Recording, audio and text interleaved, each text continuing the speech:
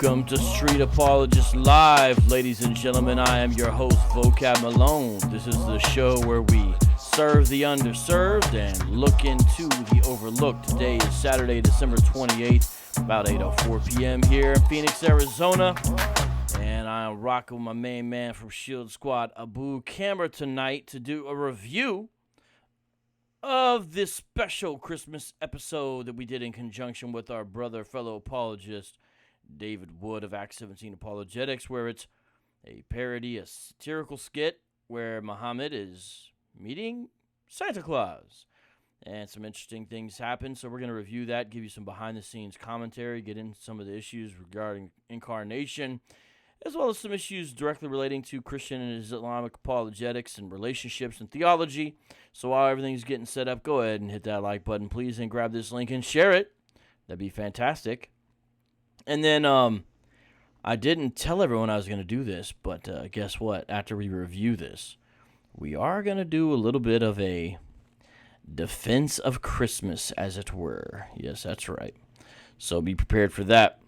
All right, now I'm going to let you see my face, and you're not going to be able to see Justice the dog too much this show, but if you look real close every now and then, you'll be able to see his paw move. But you know what? While you guys are chilling, let me do something. Let me see if I can get him to move to the spot where you can kind of see him. Okay, hold on.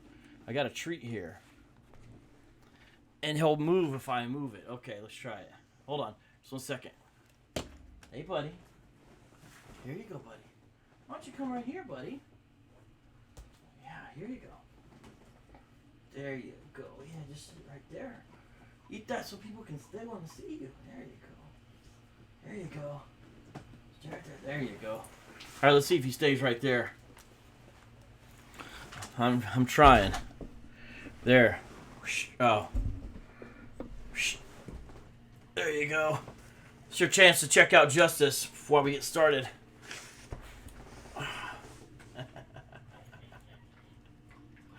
I know some of you guys like that, so I'm just making sure.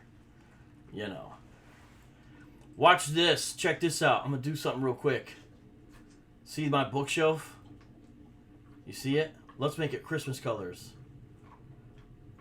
All right. Turn it down a little bit.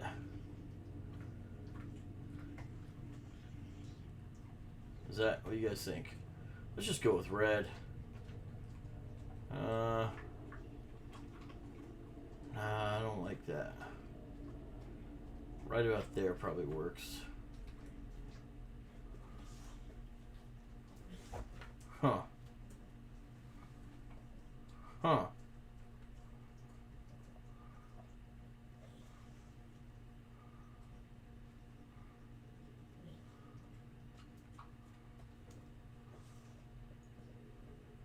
Alright, sorry. I started messing around with that. Hey, now he went off the thing entirely. Come on, Justice, come on. Get back up here. There you go. Go on, go on. Well, I did what I could, folks. Now you can see he's a wagging tail.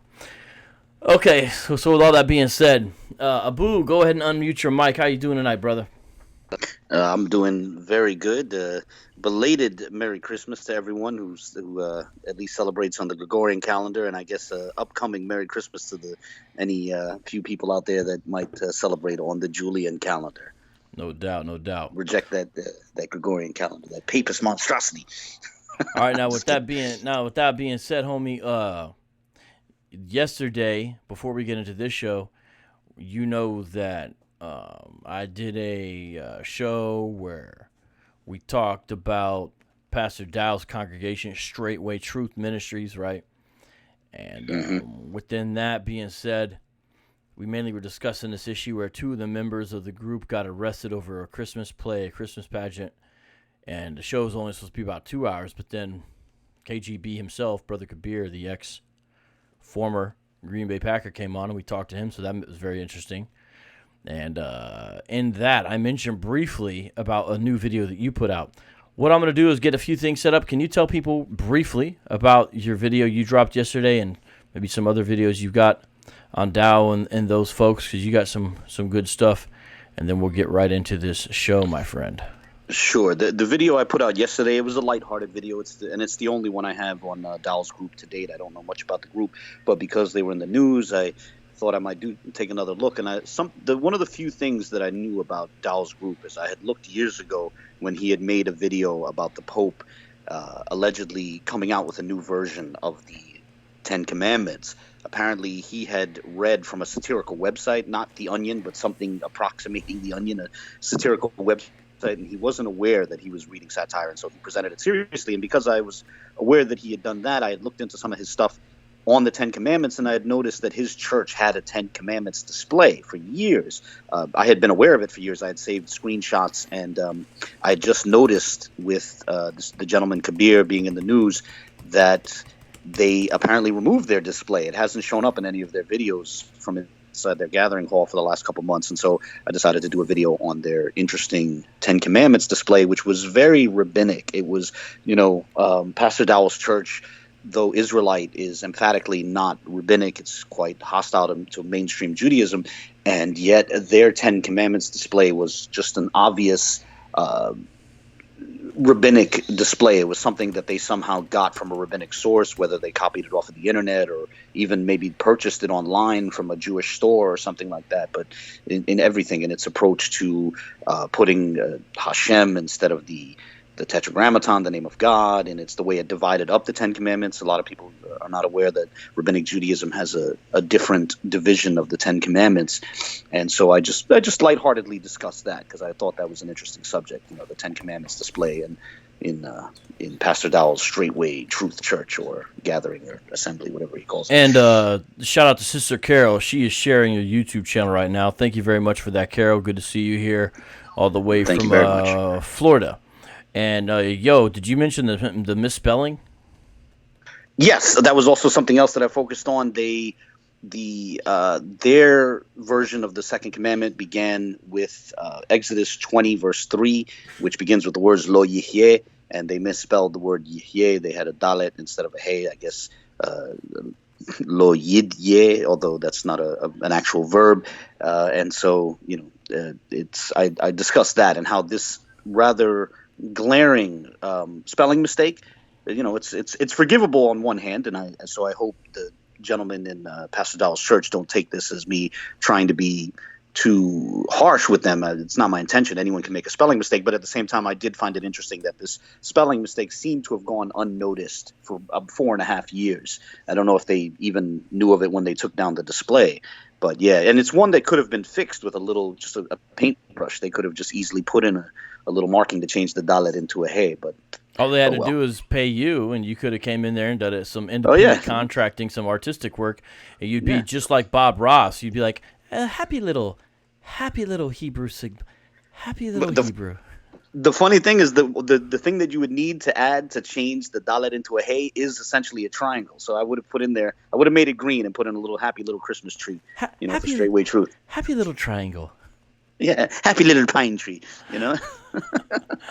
Hey, so hey, I don't know, you might not know this, but Chief Ephraim from House of Israel is in the house. Abu, you know who that is? Yes, the gentleman from like you said, from House of Israel in D.C. Yeah. When he popped into the news, my wife was familiar with him. She spoke with him once in D.C. many years ago. Oh, really? Wow. So, okay. Yeah, so he stood out. Yeah.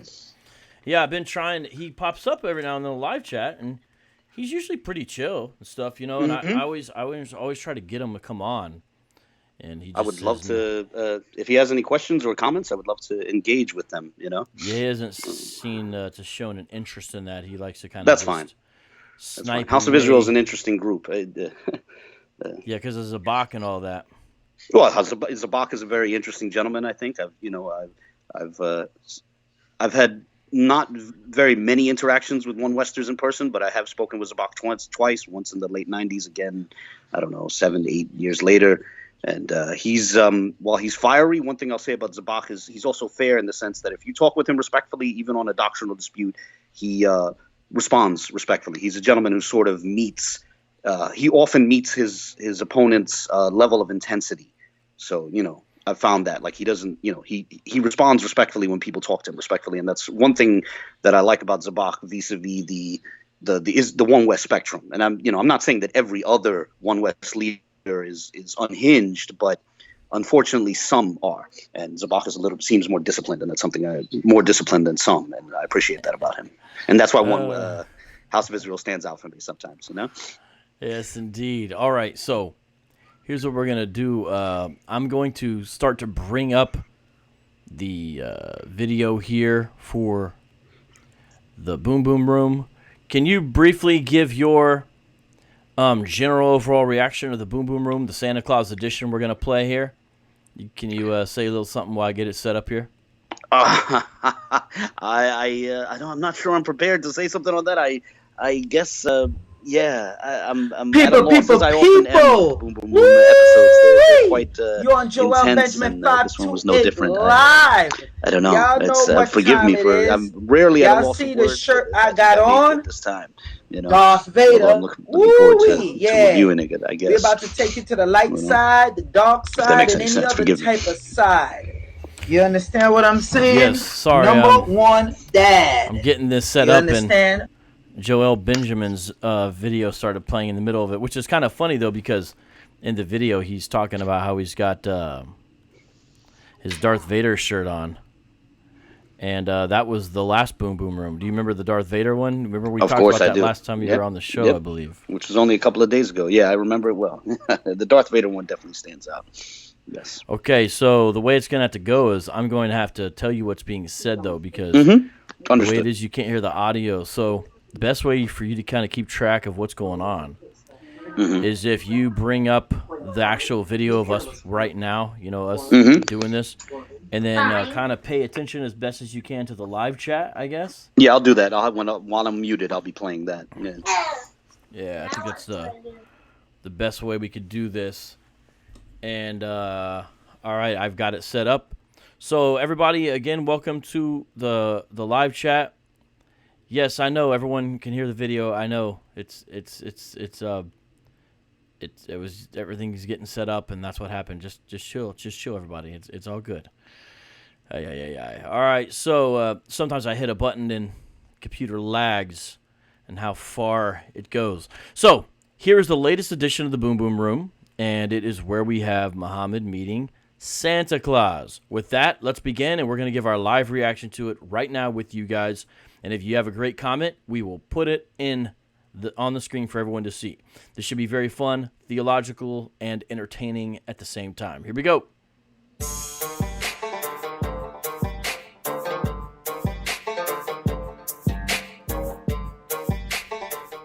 Assalamu alaikum. Welcome to Muhammad's Boom Boom Room, where all of my guests either agree with me completely or they go boom. I am your host, the Prophet Muhammad, peace be upon me. And with me now is a fat, jolly charity worker who brings gifts to well-behaved children around the world. His sleigh is pulled by reindeer who fly around like my magic donkey, Burak. Like the great God Allah, He sees you when you're sleeping. He knows when you're awake. He knows if you've been bad or good, so be good for goodness sake. He is Santa Claus! Santa Claus! So wonderful of you to join us this evening. Ho, ho, ho, Muhammad, and may I be the first to wish you Merry Christmas! Christmas is haram. Christmas isn't haram, Muhammad. It's the most wonderful time of the year. With the kids jingle belling and everyone telling you Music is haram! Hold on there, Muhammad. Is there no fun in your religion?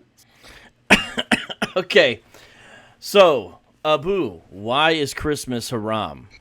According to our more orthodox friends, because it celebrates the birth of what Christians believe to be the birth of God, and so often someone will say that and then follow up by saying astaghfirullah. It's because it's essentially tell everybody what that means. Essentially, please. Asking God for forgiveness for even saying it. Some of our Salafi friends will say that. They'll ask God for forgiveness even immediately after mentioning what it is that Christians believe about Jesus. So the first and foremost reason is because it's interesting. While a lot of people try to reduce Christmas to just another birthday, like, oh, you're celebrating his birthday. Where do birthdays come up in the Bible? And we'll talk about that later. But it's funny that our Muslim friends who are critical of Christmas realize that it's not just a birthday, that it's about the incarnation. And so that's often where the initial objection comes in. And then, of course, there'll be other objections beyond that. And so basically, we got the problem that Christmas celebrates, to reiterate what you're saying, Christmas celebrates the birth of Jesus Christ. Christians recognize that he is God incarnate. This is considered haram because you have association with partners to Allah in their understanding. And so, therefore, saying Merry Christmas is like saying, let's be happy about the greatest sin you can commit together. Mm-hmm.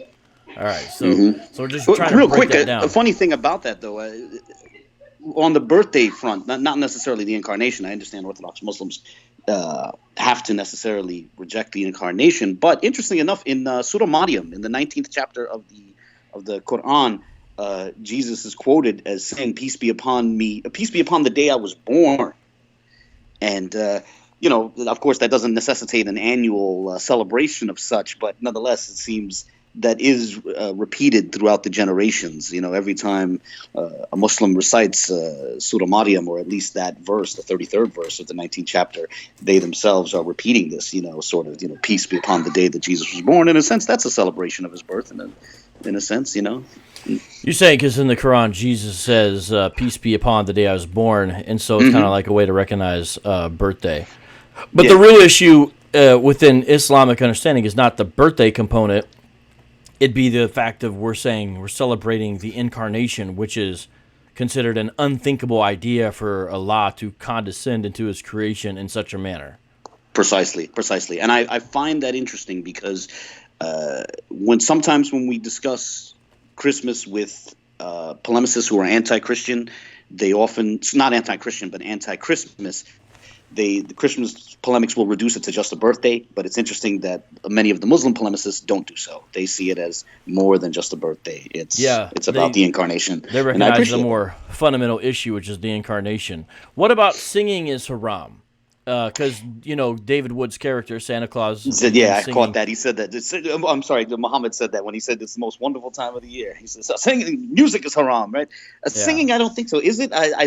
Music is more interesting. Music. Yeah, and it's, if I'm not mistaken, that's based on a hadith that talks about, in the future there's going to be people who are led astray or hypocrites. I forget the exact terminology, and they'll be wearing gold chains and playing stringed instruments and stuff like that. And so many have concluded that from that and other texts, that implies that music is forbidden. However, there is a minority amongst Muslims, and some might say they're modern, innovating types, but who question that. They'll say that it doesn't ban all music, or it doesn't even necessarily ban stringed instruments. There's sort of a minor modern debate amongst Muslims today on that. And question. Then it's sort of a joke, where Muhammad then says fun is haram. Yeah. Now, isn't there in all seriousness, isn't there a hadith where you're not supposed to laugh according to certain understandings of sunnah with the back of your teeth showing or something like that? Wow, I don't know that one. I wouldn't be surprised though. I wouldn't be surprised if there's some grumpy Salafi friend out there who knows of some obscure hadith along those lines. I'm not familiar with that. I'm sorry. Oh, okay. That's all right. I mean, of course, there's lots of fun-loving Muslims out there, Yes, there are. All right, let's continue on playing the Boom Boom Room. Fun is haram! But is there nothing that brings joy in Islam? Well, I do like robbing caravans and torturing my enemies and... So Muhammad says, Santa says, is there nothing to bring us joy in Islam? And Muhammad says, I do enjoy robbing caravans and torturing my enemies.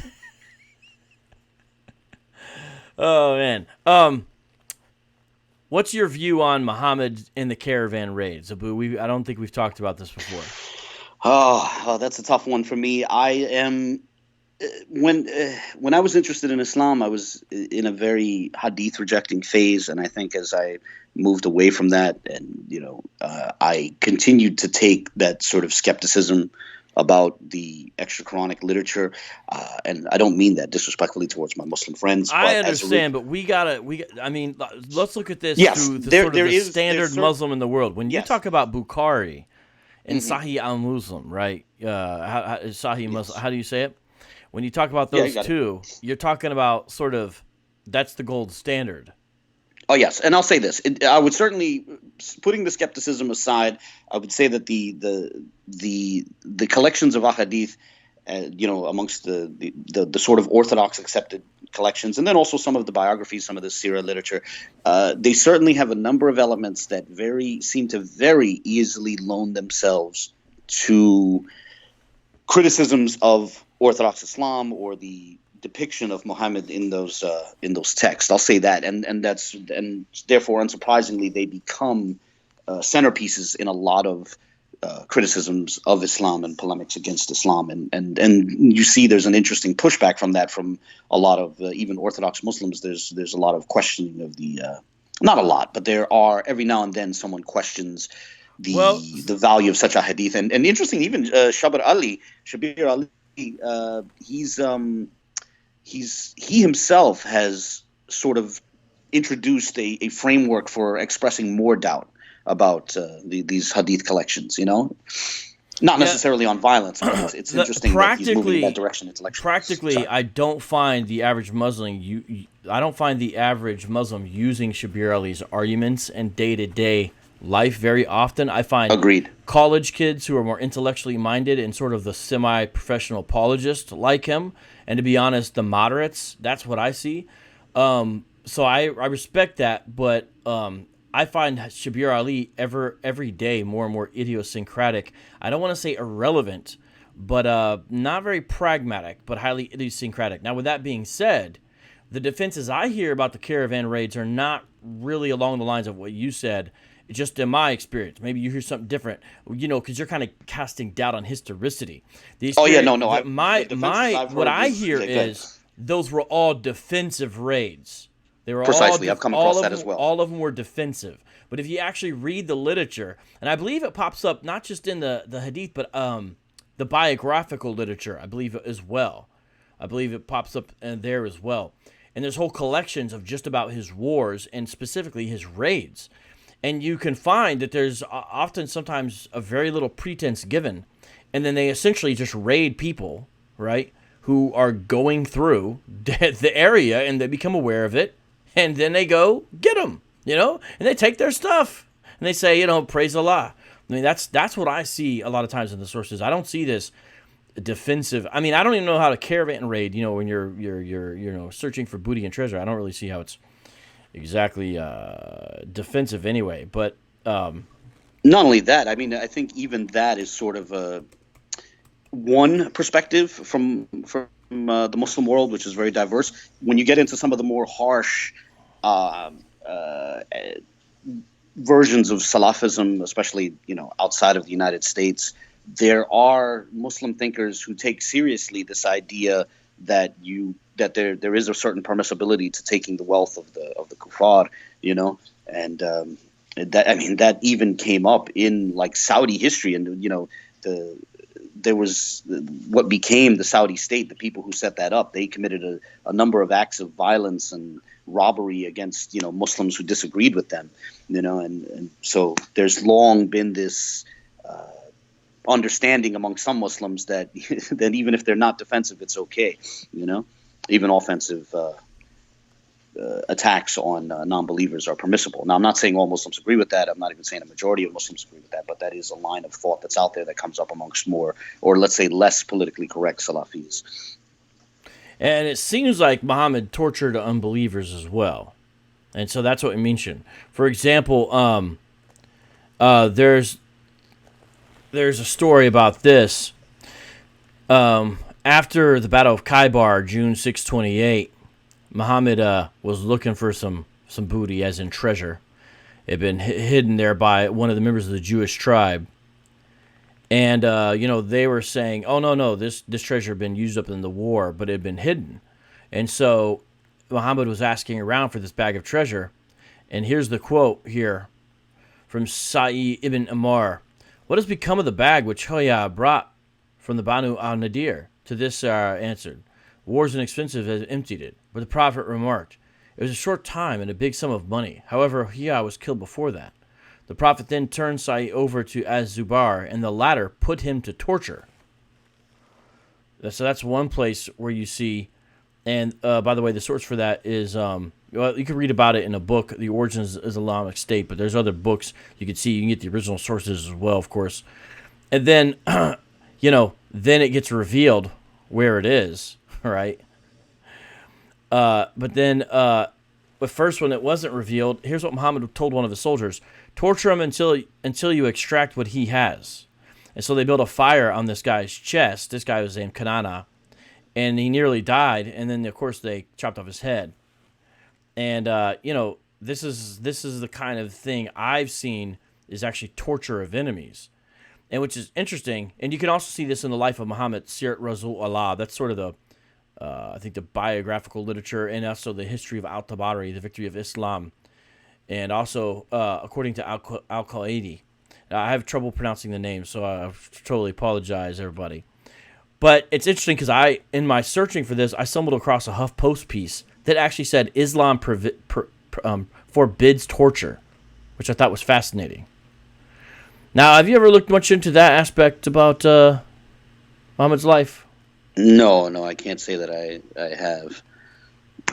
Sorry. Oh, okay, well, one other quote from the same source.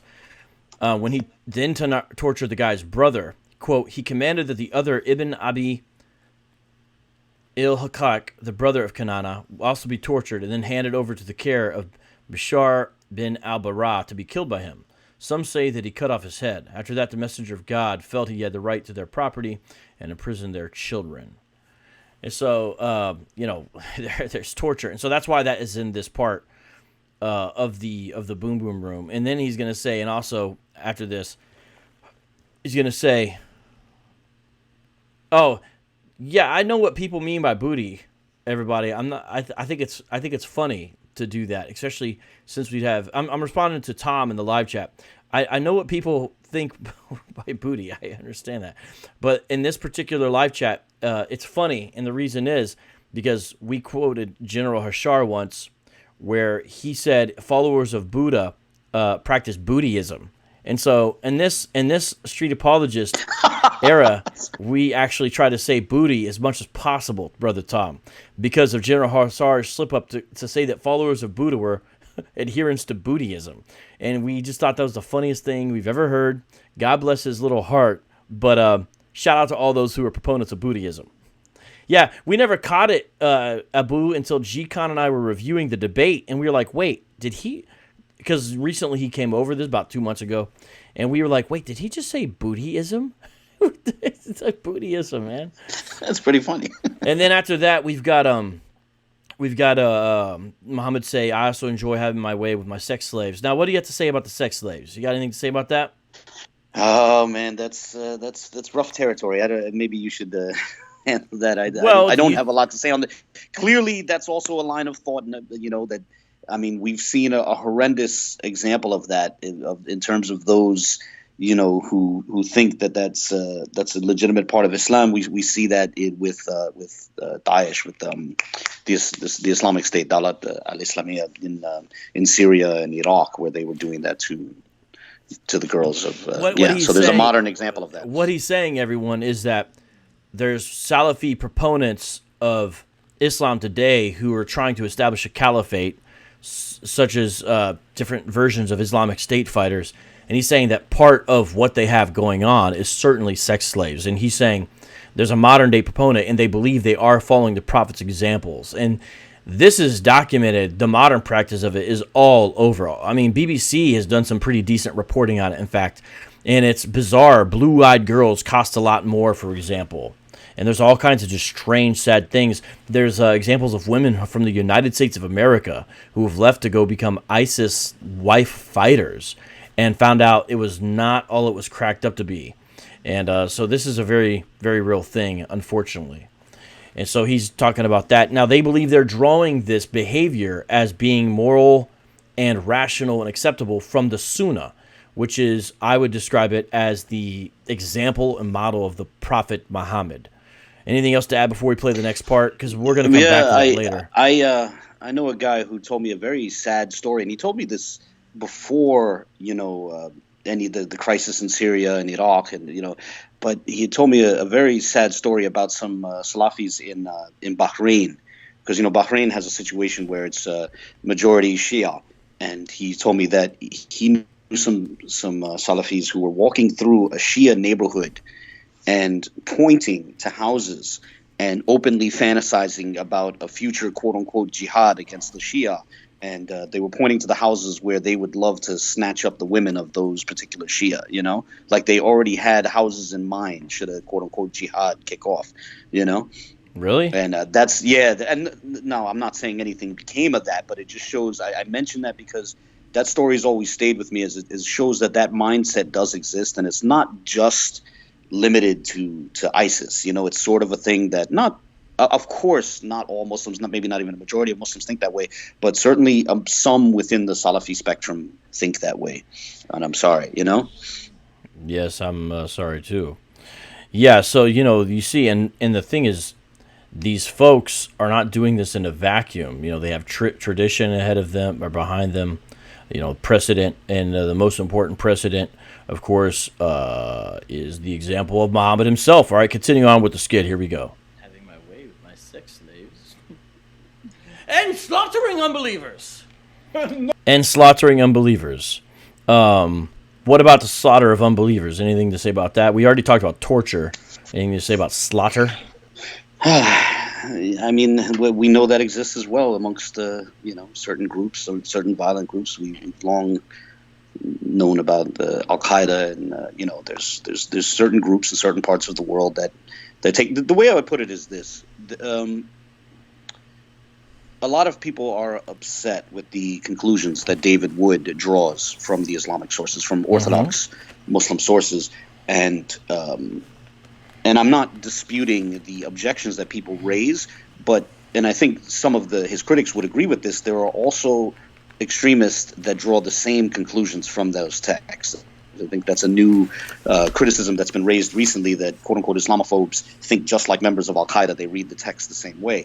And, I'm not trying to cite that as necessarily a knock against the text, but it is a very real phenomenon that people who are critical of Islam from a non-Muslim perspective, who draw these conclusions from the Islamic text, there are also some rather violent Muslims who are drawing similar conclusions, unfortunately. Right, so he's not the only one. Here's a case. This is from Sunan Abu Dawud, volume 13, 2670, page 296. Quote, "It was reported from Al-Hassan, from Samara bin Junad, who said, quote, the messenger of Allah said, kill the old polytheist men, but spare their children." And so, we sometimes talk about the jizya, paying this special tax and having to have the dimitude, the second-class citizen, as Christians and Jews, hypothetically in an Islamic society under a lot of traditional caliphates. But if you're a polytheist or an atheist, you don't even get that. You just, gone. And this kind of thing still happens today, where they kill the atheist bloggers. Like I think it's Indonesia is kind of notorious for that. Am I not mistaken? Well, yeah, in Bangladesh, there's been a few of these free thinkers who have been killed. It certainly happens. Yeah.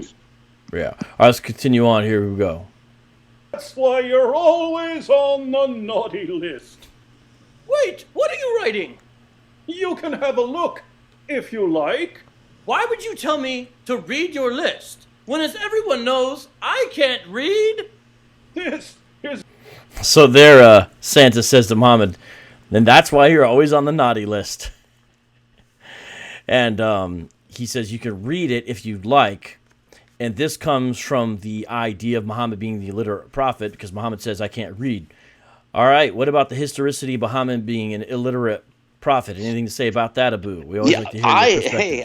I have some serious doubts about that. I don't know anything. I don't claim to know anything about the historical Muhammad, but I do get the strong impression that the stories about him being illiterate may have been sort of developed from obscure references in the Quran to him being an Ummi, this Ummi.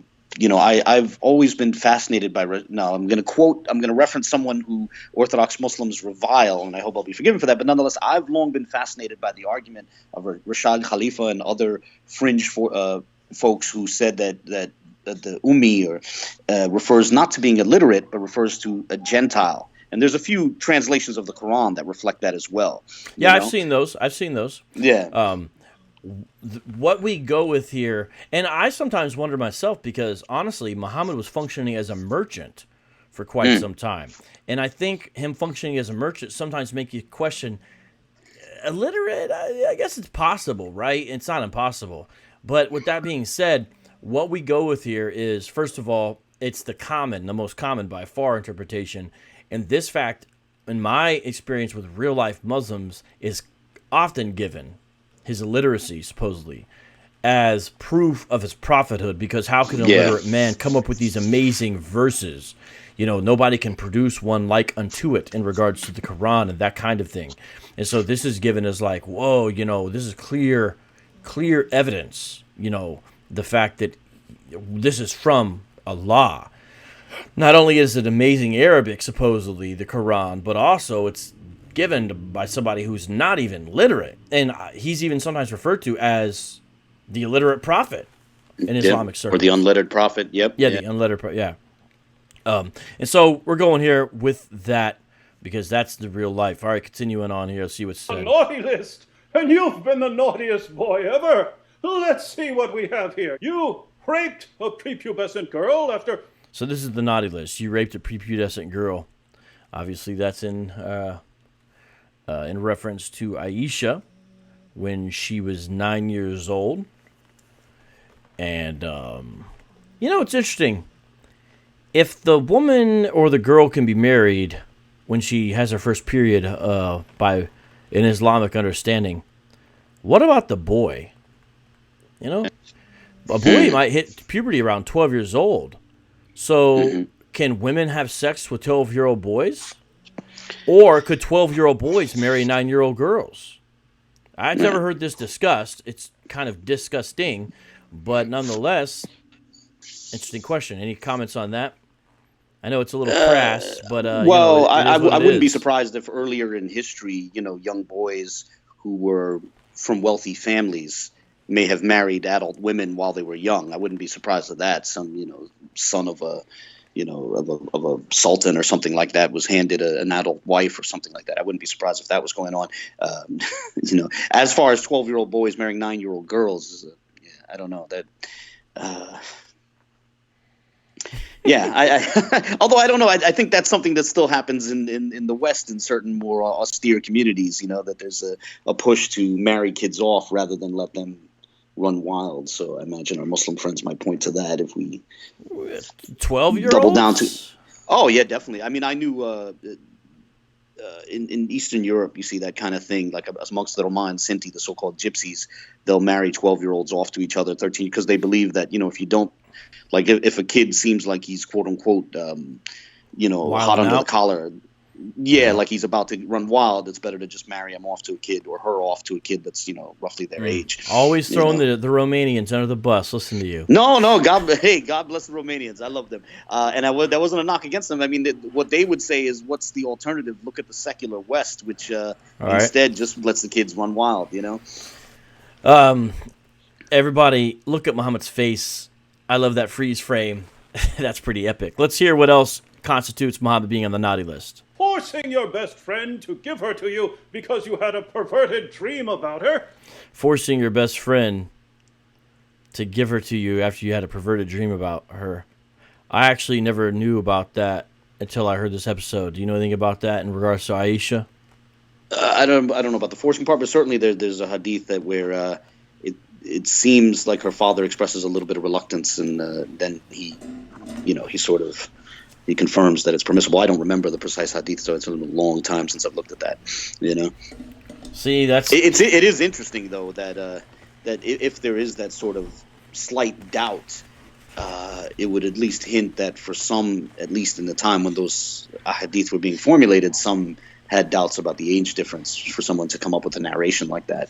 You know? Everybody watching this, by the way, this episode of Street Apologists Live is not really designed for you to get the full effect of the skit. If you haven't seen it, you're not getting its full glory because we're pausing it to break every scene and every line down.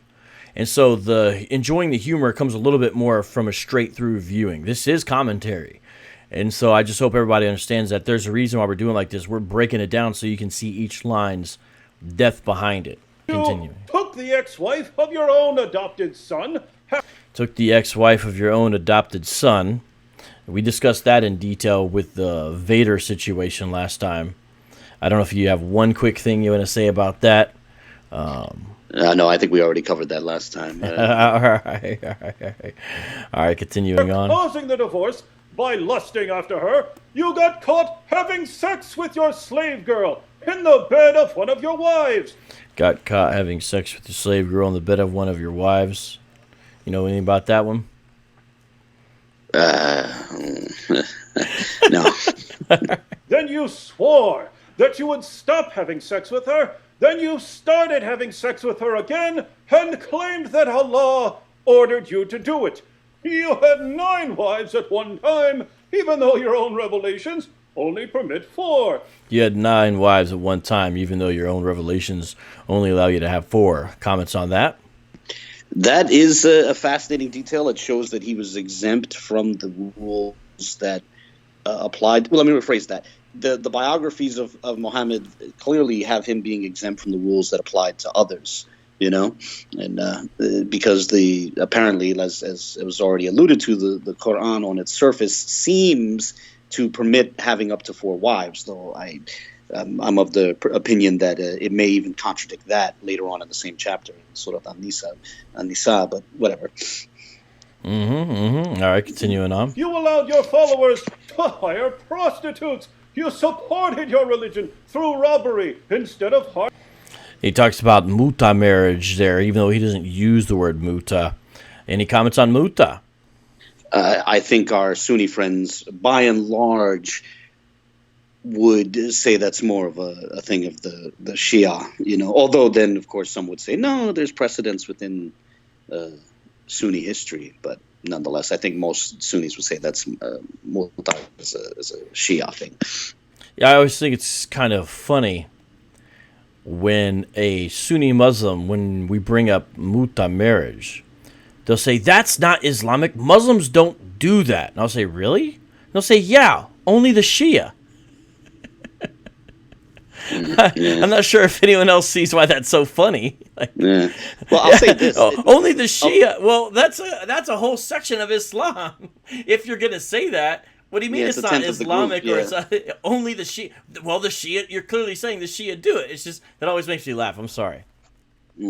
Yeah, no. One thing I'll say real quick about that, though, is one thing that fascinates me is that popular non-Muslim polemics against Muslims will often have a parallel among Sunni polemics, especially nastier, less charitable polemics, Sunni polemics against the Shia. So there's the muta thing. And then the other thing that I find fascinating is, you know, you have some who will say, some of the less charitable critics of Islam will try to paint this picture of like every peaceful Muslim is engaging in taqiyya.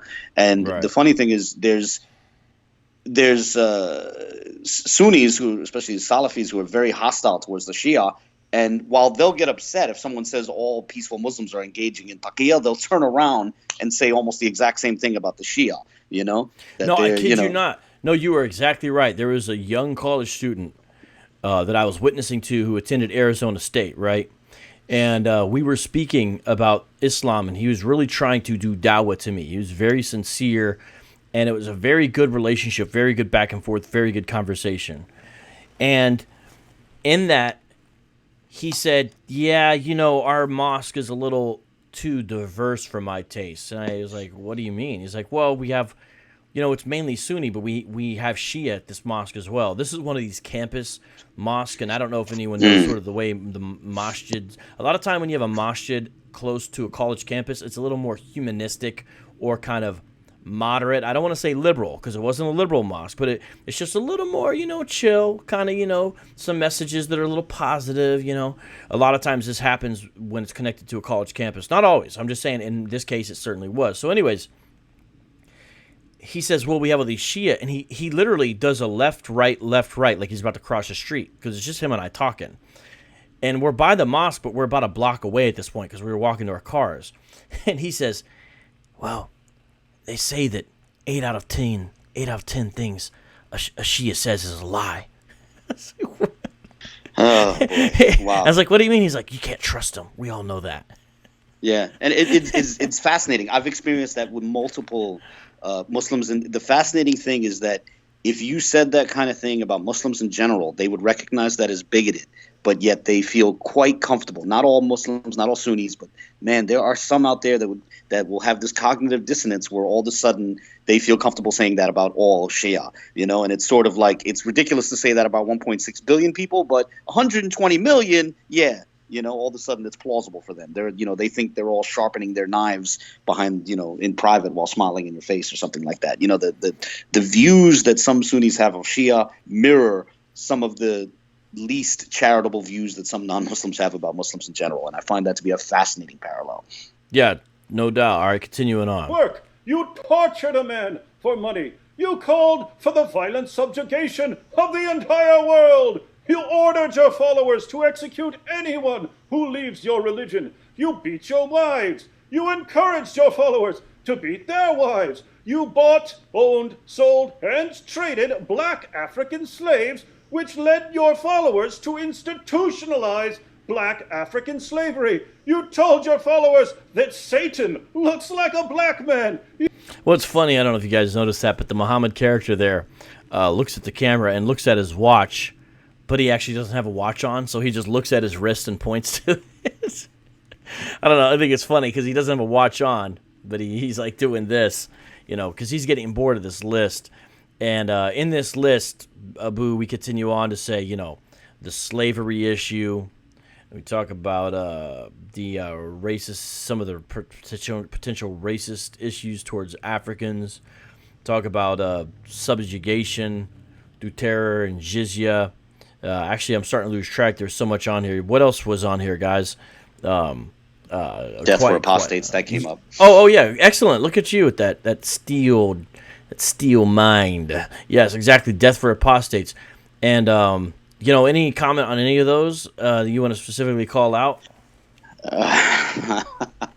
No, not really, not in particular. I mean, the death for apostates one is a especially troubling one because that's one that's an example of how you have this sort of plurality of opinions. Like in the West, you'll have apologists who will say that's ridiculous. It only applies to it was limited to the context of treason and therefore doesn't apply to today. But then, of course, there are plenty of Muslims in the world that take a different view on that and think that the relevant hadiths that have those phrases about anyone who changes religion, kill him, that they think it applies to any apostate. And sadly, some apostates in modern times have died at the hands of people who thought that it applies in general, not just on a state level. Right. So how would we define a apostate? Oh, by the way, shout out to Servant of Christ. I didn't know he was in here. Everybody give a shout out to SOC, my man Jordan. Definitely subscribe to his channel if you guys still see Servant of Christ Ministries. But how would you define apostasy? Well, one who left the faith, but of course that's where it gets sticky because there are some people who still consider themselves Muslims but are accused of apostasy. Rashad Khalifa is an example of that. He considered himself a Muslim, but he rejected all the ahadith, and he also rejected the last two verses of Surah At-Tawbah, the 9th chapter of the Quran, and he was murdered by some people in 1990 in Tucson, Arizona, not too far from you. Oh, you know about that story? Yeah, I've long been fascinated by Rashad Khalifa, and so the way he was a very interesting gentleman, a mathematician from Egypt, and I think briefly he was in St. Louis, and then he made his way out to Arizona, and he had a community out there, and he was presenting a different approach to Islam. He had a translation of the Quran which was very interesting. It influenced a lot of Muslims because he was one of the early proponents of the scientific hermeneutic approach, where you reinterpret verses in light of modern science, and people got excited about that. And he also got into some of what he felt were numerical miracles. But then he started becoming explicit in rejecting the extra Quranic hadith, the hadiths that are outside of the Quran. And I word it that way because the Quran is itself a collection of hadiths. But and then also he declared himself a messenger. In the last edition of his English translation of the Quran, there was a verse that said something, about a messenger, and he put in parentheses, "O Rashad," like it was referring to him. And then he also came up with, because he had some sort of mathematical approach to the Quran, and it didn't work with the 9th chapter of the Quran, and he felt that that this confirmed, it provided justification for removing the last 2 verses of the Quran, which were of the 9th chapter of the Quran, which are somewhat mildly controversial verses in Muslim history, because there's a hadith where during their collections, someone says that they couldn't find, it wasn't found with anybody except for one man. Like the entire Quran was found amongst multiple people, but those 2 verses, no. Right. All right. Now, I don't want to get too far off here. And we had got an interesting comment. It was earlier, but I just now saw it, by Jeepers Shamoon 666. Listen to this, Abu. Prophet Muhammad never killed a soul that did not deserve it. I mean, I don't know what to do with that. Look, I'll say this. From my perspective, the Islamic corpora, the Muslim literature, is very diverse, and you can draw a diversity of interpretations from it. So I don't know what his precise sources are, what the limits of his sources are. So I mean, that sounds like a much more complex discussion than can be answered. What about this? Slaughter the unbelievers. This is from the same person in the live chat. Read the next verse. It says, if they stop fighting you, then you also stop fighting them. Right. I assume he's referring to the verse from Surah Al-Tawbah, but yeah. But doesn't it say fight those who do not believe? And it says in Surah 9 to fight people based upon the creed they profess.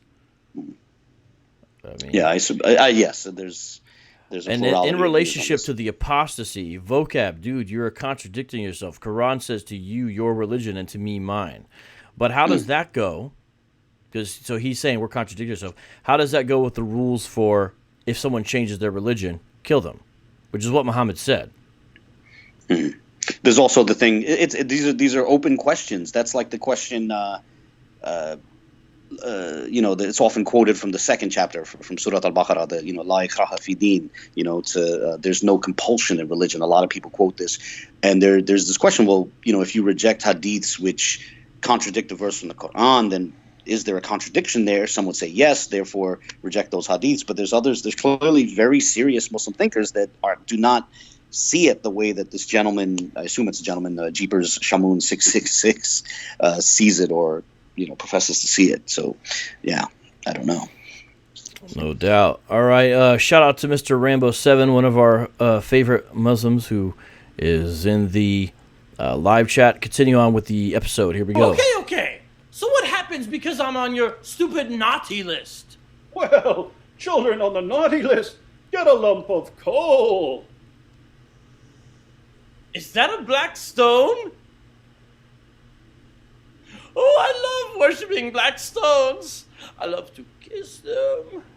I'm the original owner of the first pet rock. Heavy petting. Come here, Blackstone. Kissy, kissy, kissy. Come to Papa. Rapturous delight! Oh, Blackstone! You've been using lip balm. Come here, you beautiful Blackstone. Kissy, kissy. Smoochy, smoochy. Big X. Little X. Oh, let me hug. Smoochy, smoochy. I kiss pagan Blackstones on the first date. I guess I'll have to add kissing rocks like a pagan to your already unprecedented list of evil deeds. What about kissing the black stone? Can you speak on the Kaaba, Mr. Abu Kamar? Because that's what that insane scene just was about. Well, I mean, I think just about everybody watching, I imagine caught that was what that was parodying, that there is. Yes, but can you talk about its place in Islam? Like, what's the skinny on it? You know what I mean?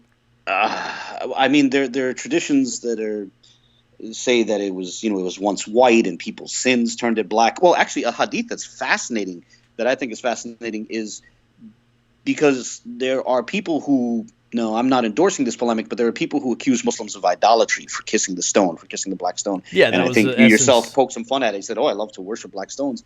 While I'm not endorsing that view, it is interesting that there is a tradition in there's a hadith where one of the Sahaba is kissing the stone, and he says to it something like, "I know that you're just a stone, and I would not kiss you had I not seen the Messenger of Allah sallallahu alaihi wasallam do this," something like that. So it's interesting that even in the hadith literature there is this sort of recognition of a potential tension there, that for someone to be quoted as saying that, to attribute that to such. Let me break that down. You're saying you got a Muslim saying, "Hey, look, I know this is a stone, right? And I wouldn't kiss this stone. I wouldn't kiss this rock. But I saw the Prophet do it, and so therefore I follow his model, being the model for all mankind. And so, keeping in the Sunnah, I will also kiss this black stone." That's what you're saying. You're saying some people recognizing there's a problem with kissing this black stone. Or at least attention, yeah. For someone to come up with that narration, I think that shows that even then, even whenever the narration was written, the 9th century, or if it goes back to someone who actually existed in the 7th century, it shows that some Muslims sensed that, not to say that it's necessarily idolatry, but maybe they sense that the optics are bad. And I think Muslims can appreciate that on a certain level, because they'll accuse, Orthodox Christians and Roman Catholics of something similar if they see them kissing an icon or something like that. It's like, look at this is shirk right here. You kiss that picture. I do think it's a little funny.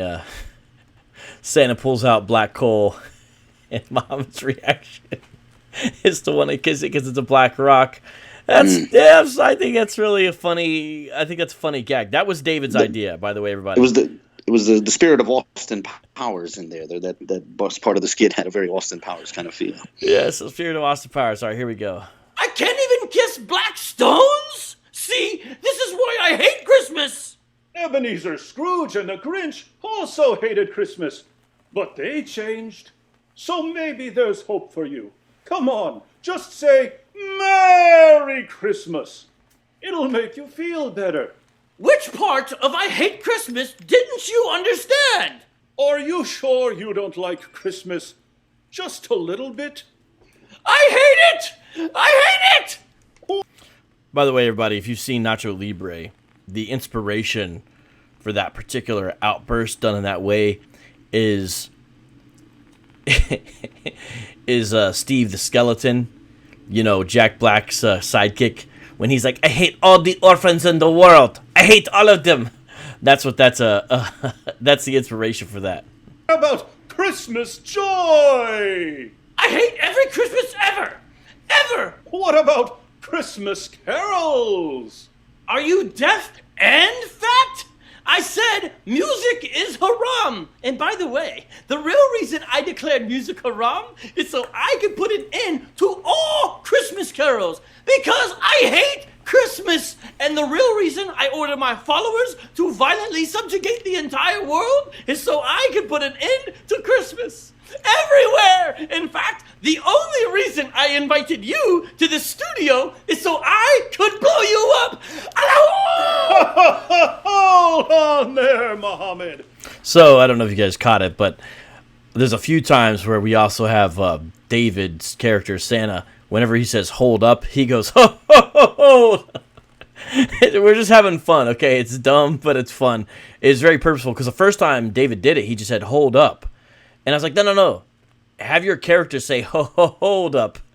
So he totally got into this total Santa persona, which I just think is funny. But this is a false alarm. We're 5 minutes, 37 seconds in, and Muhammad is already Allahu Akbaring, about to push the button, right? But there's going to be a little change in this, and watch what happens. Before you blow us up, I have a little something for you. By the way, this is cool, this golden gift bag. It actually came with the Santa outfit David bought. Now, check this out.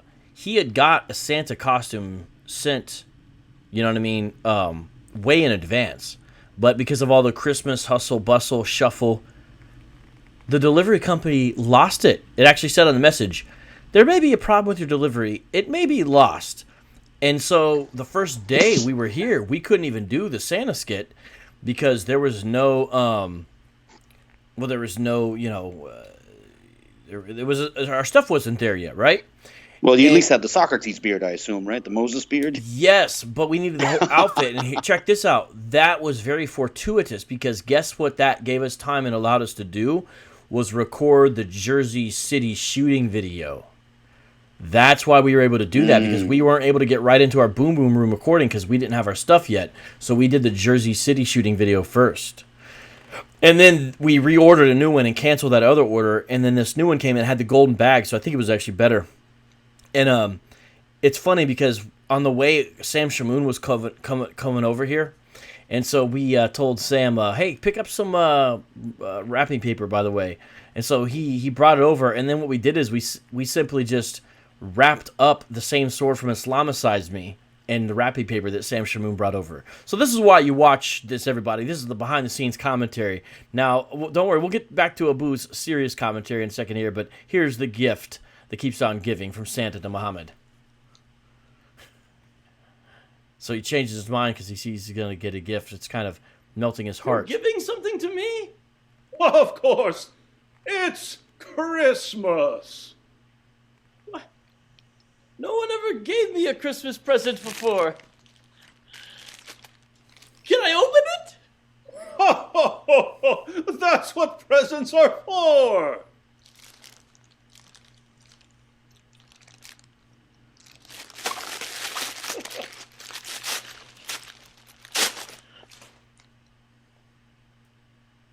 Wow! A new blade for beheading my enemies! It's perfect! Allahu Akbar! I knew there were only two things you wanted. Something to help you chop off heads and another prepubescent girl. But I wasn't about to give you another prepubescent girl because we all know you'd ruin Christmas for her forever. I love this new blade. Can I try it out? Maybe on you? Oh, Mohammed, what's the real reason you hate Christmas? Do you think it might have something to do with no one giving you any presents when you were a child? Maybe. See, my father, he died before I was born. And then my mother, she gave me to some Bedouins in the desert. I spent a few years with my Bedouin family, but eventually they gave me back to my mother because they thought I was demon-possessed. I was so happy to be back with my mother. Then she died. My grandfather, he took me in, but then he died too. By the time I was 8 years old, I had lost every single close relationship I'd ever had. Abu, you have any information or thoughts on the tumultuous aspects of Muhammad's childhood? You know, losing people close to him, going here, going there. No, that's not. I know that's an area of interest for David because he feels that it explains some of the psychology of the figure that emerges from the available sources. But no, I'm sorry, I don't have much to say on that. You don't like doing the psychoanalysis of Muhammad based upon his childhood or anything like that? Yeah, no, it's a tough one for me. I think sometimes psychoanalysis can be a lot of fun, but I think I'm sort of handicapped by my skepticism of the sources, unfortunately. Okay. You know? Yeah. And then also I'm pretty bad at psychology anyway, so it's a fool's errand twice over when I'm the one doing it. Well, perhaps there's someone in your family you could have help you out with that. All right, continue on. Here we go. No one gave me any presents. Little kids around the world were getting presents for Christmas. But not me. Not me. Not little Mo. No presents for little Mo. That could be why I hate Christmas. Oh, Mohammed, you don't have to hate Christmas just because no one ever gave you presents. Christmas isn't really about presents. The presents are how we celebrate the most wonderful gift ever. Oh, The most wonderful gift ever? Do you mean when Abu Bakr gave me a 6-year-old daughter as my wife? Or when the governor of Alexandria gave me Mary the Copt as my sex? Do you know anything about the governor of Alexandria giving Mary the Copt to Muhammad? Because that's mentioned in here as one of the gifts that Muhammad thinks is great. No, I've come across it, but no, I don't know much about it. It is interesting to me, though. It's an interesting tradition, to say the least. Yeah. What do you think about Muhammad? Yeah, I was going to ask, what do you think about Muhammad being married to Mary the Copt, who is an Egyptian Christian? Well, I don't know what to make of it. Clearly, Islam allows them to have Christian. Excuse me, let me rephrase that. Islam allows Muslim men to marry Jewish and Christian women. That's in I think it's in Surah Al-Ma'idah, but in the 5th chapter of the Quran, I believe, if I'm not mistaken. So I guess that follows within that vein. He had Jewish and Christian wives according to these traditions. Don't know if I ever told you, Abu, about the conversation I had with Elton Simpson one time, the guy who left Phoenix, went to Texas to try to kill Pamela Geller and Robert Spencer and ended up dead himself. I called him Ibrahim. That's what he told me to call him. But I was talking to Ibrahim one day, and he says, we had this discussion about friendship within Islam and Christianity. And we discussed various things like, should Christians be able to serve in the military under a proper caliphate? Should you be able to have Christian policemen under a proper Islamic caliphate? And the answer was no. And he was saying, and that's why you have them pay the jizya, because they're not protecting the society, yet they're reaping the benefits of being protected. And so therefore they have to help fund this operation since they're not serving.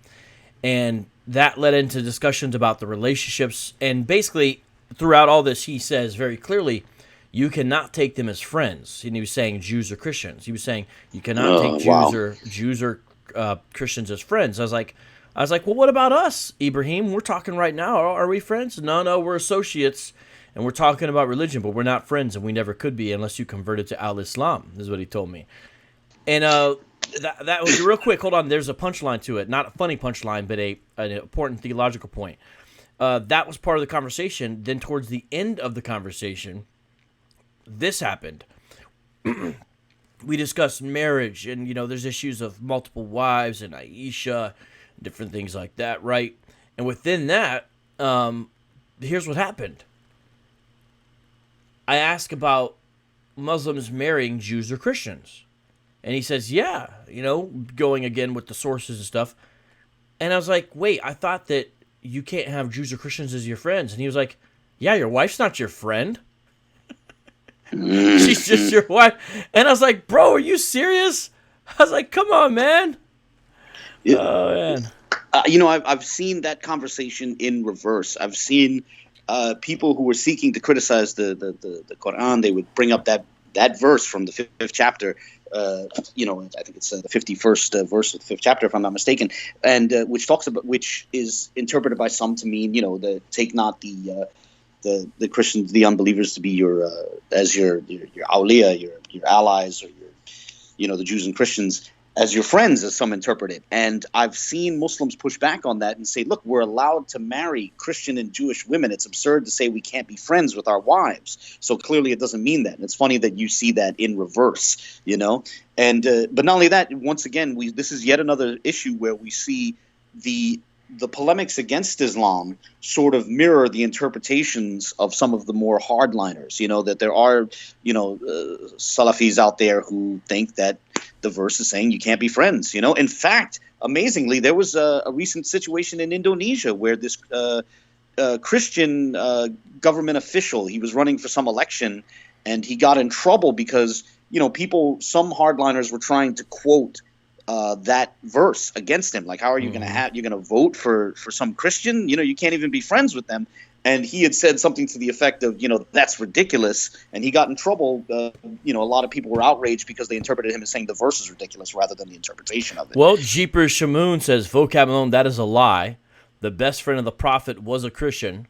Prophet honored the king of Abyssinia. He said that they are better than Muslims. Stop lying. Are we lying? Well, we're certainly not lying that the interpretation exists. There are Muslims who think that way. I'm not attributing that to the text, I'm not saying that, and I'm certainly not saying all Muslims believe that, but nonetheless, there are unfortunately people who think that way. Yeah, even though Jeepers Shamoon, I don't appreciate, your tone, meaning you're saying we're lying. We're not. We're giving real, and maybe you're lying, to be honest with you, because if you know anything about Islam, you know very well there's Muslims who agree with the exact interpretations we're giving out. You know that very well. Unless you just totally don't understand your own Islamic world, and you just live in some kind of weird bubble or something like that. Or you're lying, okay? And that's just is what it is. And I'm telling you about a real conversation I had. That is exactly how the conversation went. I knew him very well as far as his theology went, and this is a real conversation we had. He said this, and he quoted from the sources when he did it. So, who's the one lying? You know what I'm saying? And do you deny that there's verses that say, do not take them as your friends? Do you deny that exists? So I'm just saying, come on now. All right, continue on with this, with the skit here. Which were freeze on David's face. Now we'll unfreeze it. Allah gives me all my virgins in paradise. No, silly pervert. The most wonderful gift ever was Jesus Christ. Now you're just talking nonsense. I don't believe in a God who loves us enough to do something like that. Don't you get it, Muhammad? You were psychologically traumatized as a child. And now you hate Christmas and everything it represents. But your psychological trauma has now been imprinted on your entire community so that they hate what Christmas represents too. Santa, are you saying that because when I was a child, every important person in my life died or abandoned me, that now maybe I have trouble understanding God as a father who loves us, who loves me? Or Jesus as the divine Son of the Father who would actually enter into creation to lay his life down for us, for me? Or a holiday where we celebrate God's gift to the world, this gift of the Son? Is that what you're saying? That's exactly right, Muhammad. But you shouldn't let your dysfunctional childhood ruin Christmas for you, let alone for your billions of followers. So, what can I do to understand Christmas? That's easy. You have to understand that because you've done awful things, you're not righteous enough to be with God.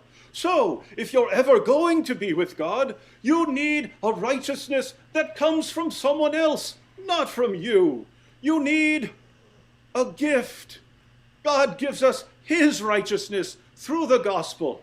You receive God's gift of righteousness and forgiveness by declaring that Jesus is Lord and believing that he's the divine Son of God who died on the cross for our sins and rose from the dead. Well,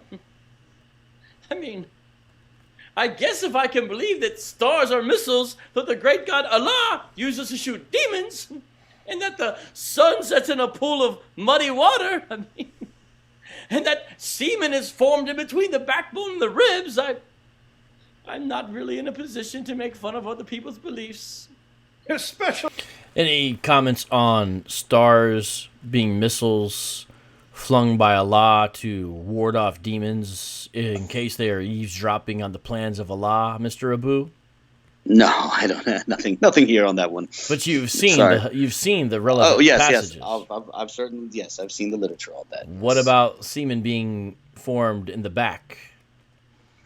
I don't know. I find that text so obscure and difficult to understand that I myself don't harp on that particular what about polemic. The sun setting in a pool of muddy water?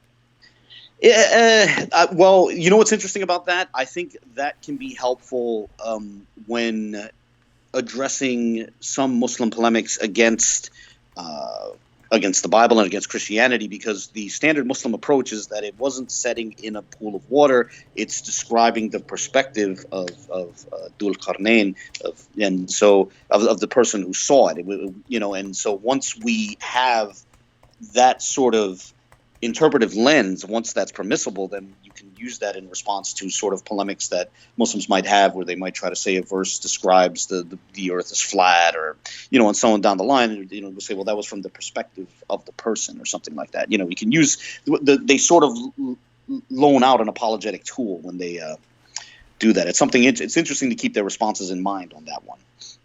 All right, no doubt.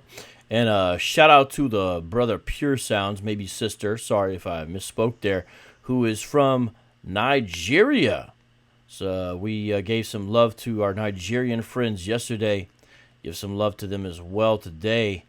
And you're from Lagos, Nigeria. And I got to say, we are extremely distressed about the reports of the Nigerian Christians being murdered recently by Islamic State fighters. Extremely distressing. It's a sad, wicked, horrible, apparently Christmas tradition of sorts on the behalf of some Muslims. Let's continue on here. When we have much better evidence for our beliefs, like Jesus fulfilling Old Testament prophecy and performing miracles and rising from the dead and appearing to his followers. Oh, Muhammad, if Jesus rose from the dead, shouldn't you be listening to what he said? You're right. And that's why I'm finally ready. I confess that Jesus is Lord. And I believe in my heart that Jesus, he died for our sins and he rose again from the dead. Now, this is Acts 17 Apologetics and Vocab Malone's Christmas gift to YouTube, to the world, which is the hypothetical conversion of the Prophet Muhammad. So that's what's happening right now. And we love the twisted irony that Santa, the Santa character, who sometimes is one who is used to distract people away from Jesus Christ, is in this instance acting as a great evangelist, drawing Muhammad's attention to Jesus Christ. I love all that irony. How about you, Abu? What's your opinion on the turn that Muhammad's about to make here? I'm at a loss. I'm sorry. Oh, yeah. You're too busy apparently arguing with people in the live chat. That's okay. I know how it is. No, I'll pull away from it. I was just answering a rare question. That's all right. That's all right. Here we go. Continuing on. What happened then? Well, in Whoville, they say that the Grinch's small heart grew 3 sizes that day. And then... Alhamdulillah!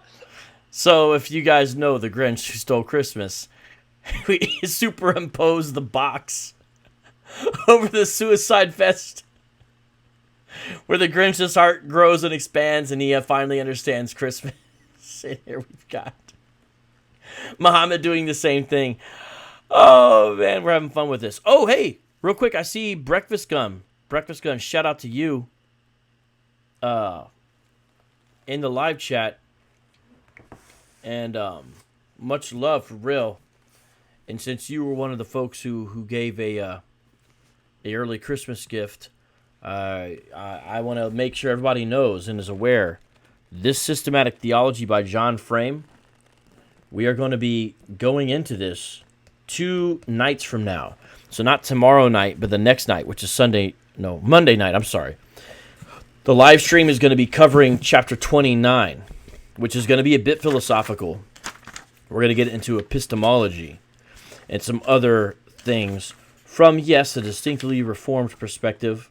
It's a little bit different than stuff we do, but we do a monthly book club reading, and the PDF is free. You can grab it. So be sure to read chapter 29 before Monday so we can have a deep conversation about that. So I just want to remind everybody of that while we're on that. Continuing on with the skit, here we go. I finally understand Christmas! Praise the risen Lord Jesus Christ. If a violent, perverted, caravan robber / history's most obvious false prophet can understand the true meaning of Christmas, anyone can! Yes! Praise Jesus! Praise the Father! Praise the Son! And praise the Spirit! 3 in 1!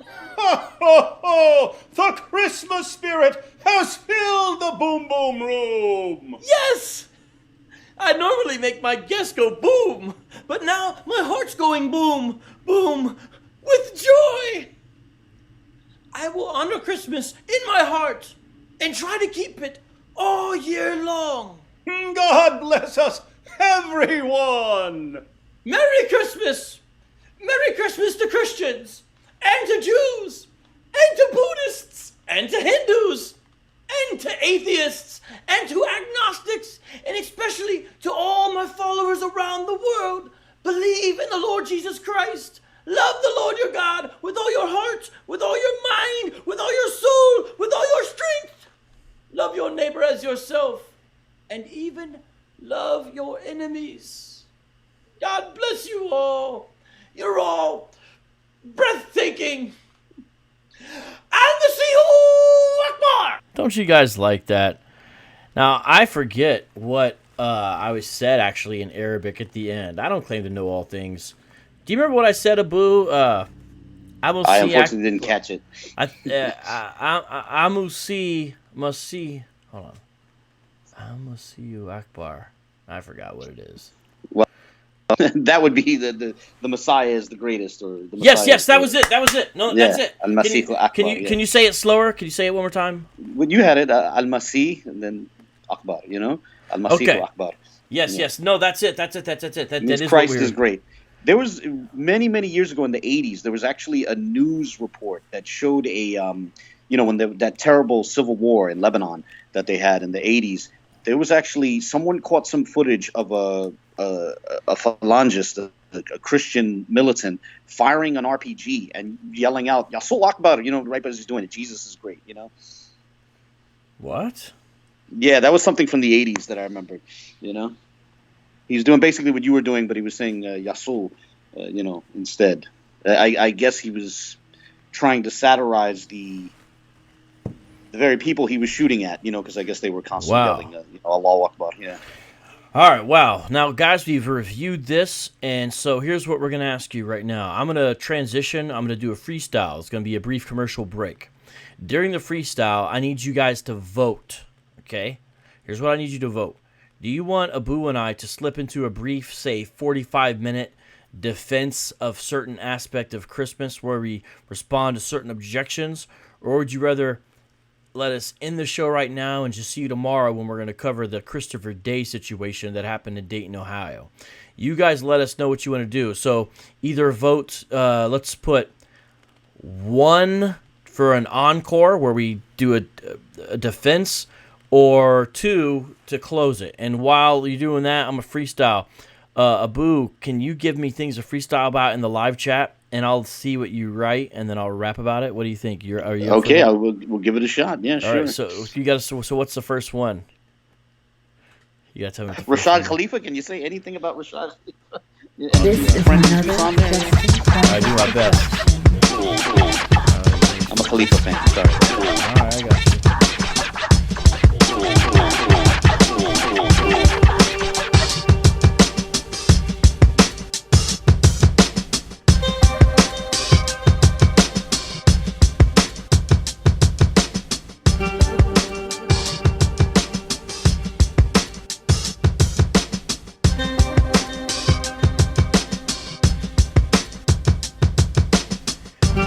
Bam, onomatopoeia. Abu Rashad Khalifa. I will rock it on and on. I believe he was down in Tucson by the college called U of A. Check it out, what happened on a Friday. At least I think that was the date. But what happened, man? It's too late to bring back his life. He got stabbed with a knife. I wish that man would have known Jesus Christ. I hope I am recollecting it right. If I'm not, then blame Abu for my blight. Okay, I'm rocking on the beat. Next he says, discuss apostasy. Apostasy is when you apostatize. That's kinda messed up in my eyes. To say that if you do that, then you should die. I gotta ask Muhammad, what's the reason why you wanna make the mamas and the daddies cry? Just because someone believes that Jesus rise from the dead. Did you hear what I said? Yo, that's not a reason to chop off their head. That's kind of messed up, I agree. And yo, keep it out now, apostasy. Now, what's next on the list? It's favorite holiday.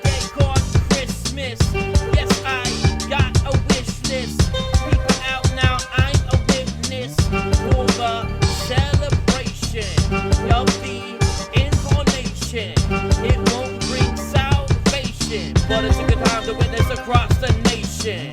Yes, indeed, I pull off the beat. Shout out to Liza J in the street.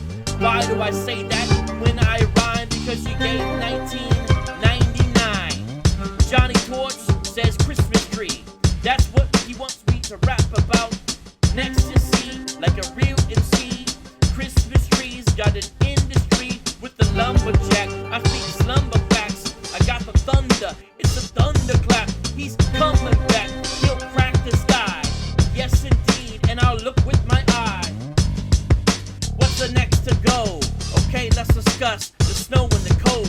It doesn't really happen even though I got a coat, yo. Peep it out now. I need some yogurt for dessert. I don't got a roommate, no Ernie and Bert.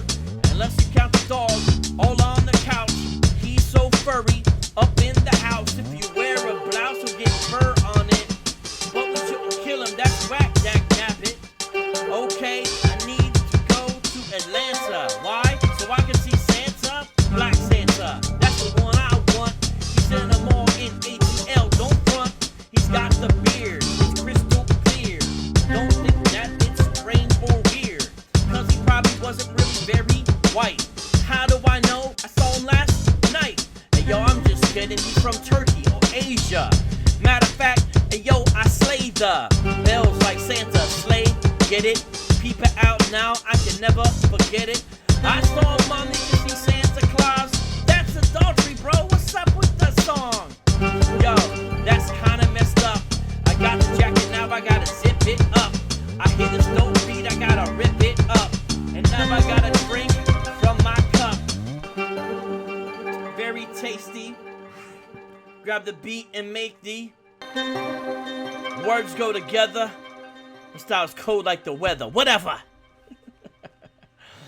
All right, so let's see. Thanks for the super chat, folks. And does it look like people want us to do a little bit of an extension? It looks like they do. I saw a flood of ones, and I'm very pleased with that because I was I was much more interested in discussing Christmas. My great appreciation to everyone there, and including a very hilarious Vernon Brown account in the chat who had literally made me laugh when I saw it. I saw that. Okay, I appreciate even the one from pseudo Vernon Brown. Let's do the short answers, bro, because we're gonna have to keep this. We're gonna have to make this go fast. Okay. So check it out. Argument number one that I hear frequently against any kind of celebration of Christmas is this: birthdays are bad. If you look at Pharaoh in Genesis 40, 20 through 22, and Herod in Matthew 14, 6 through 10, bad things happened.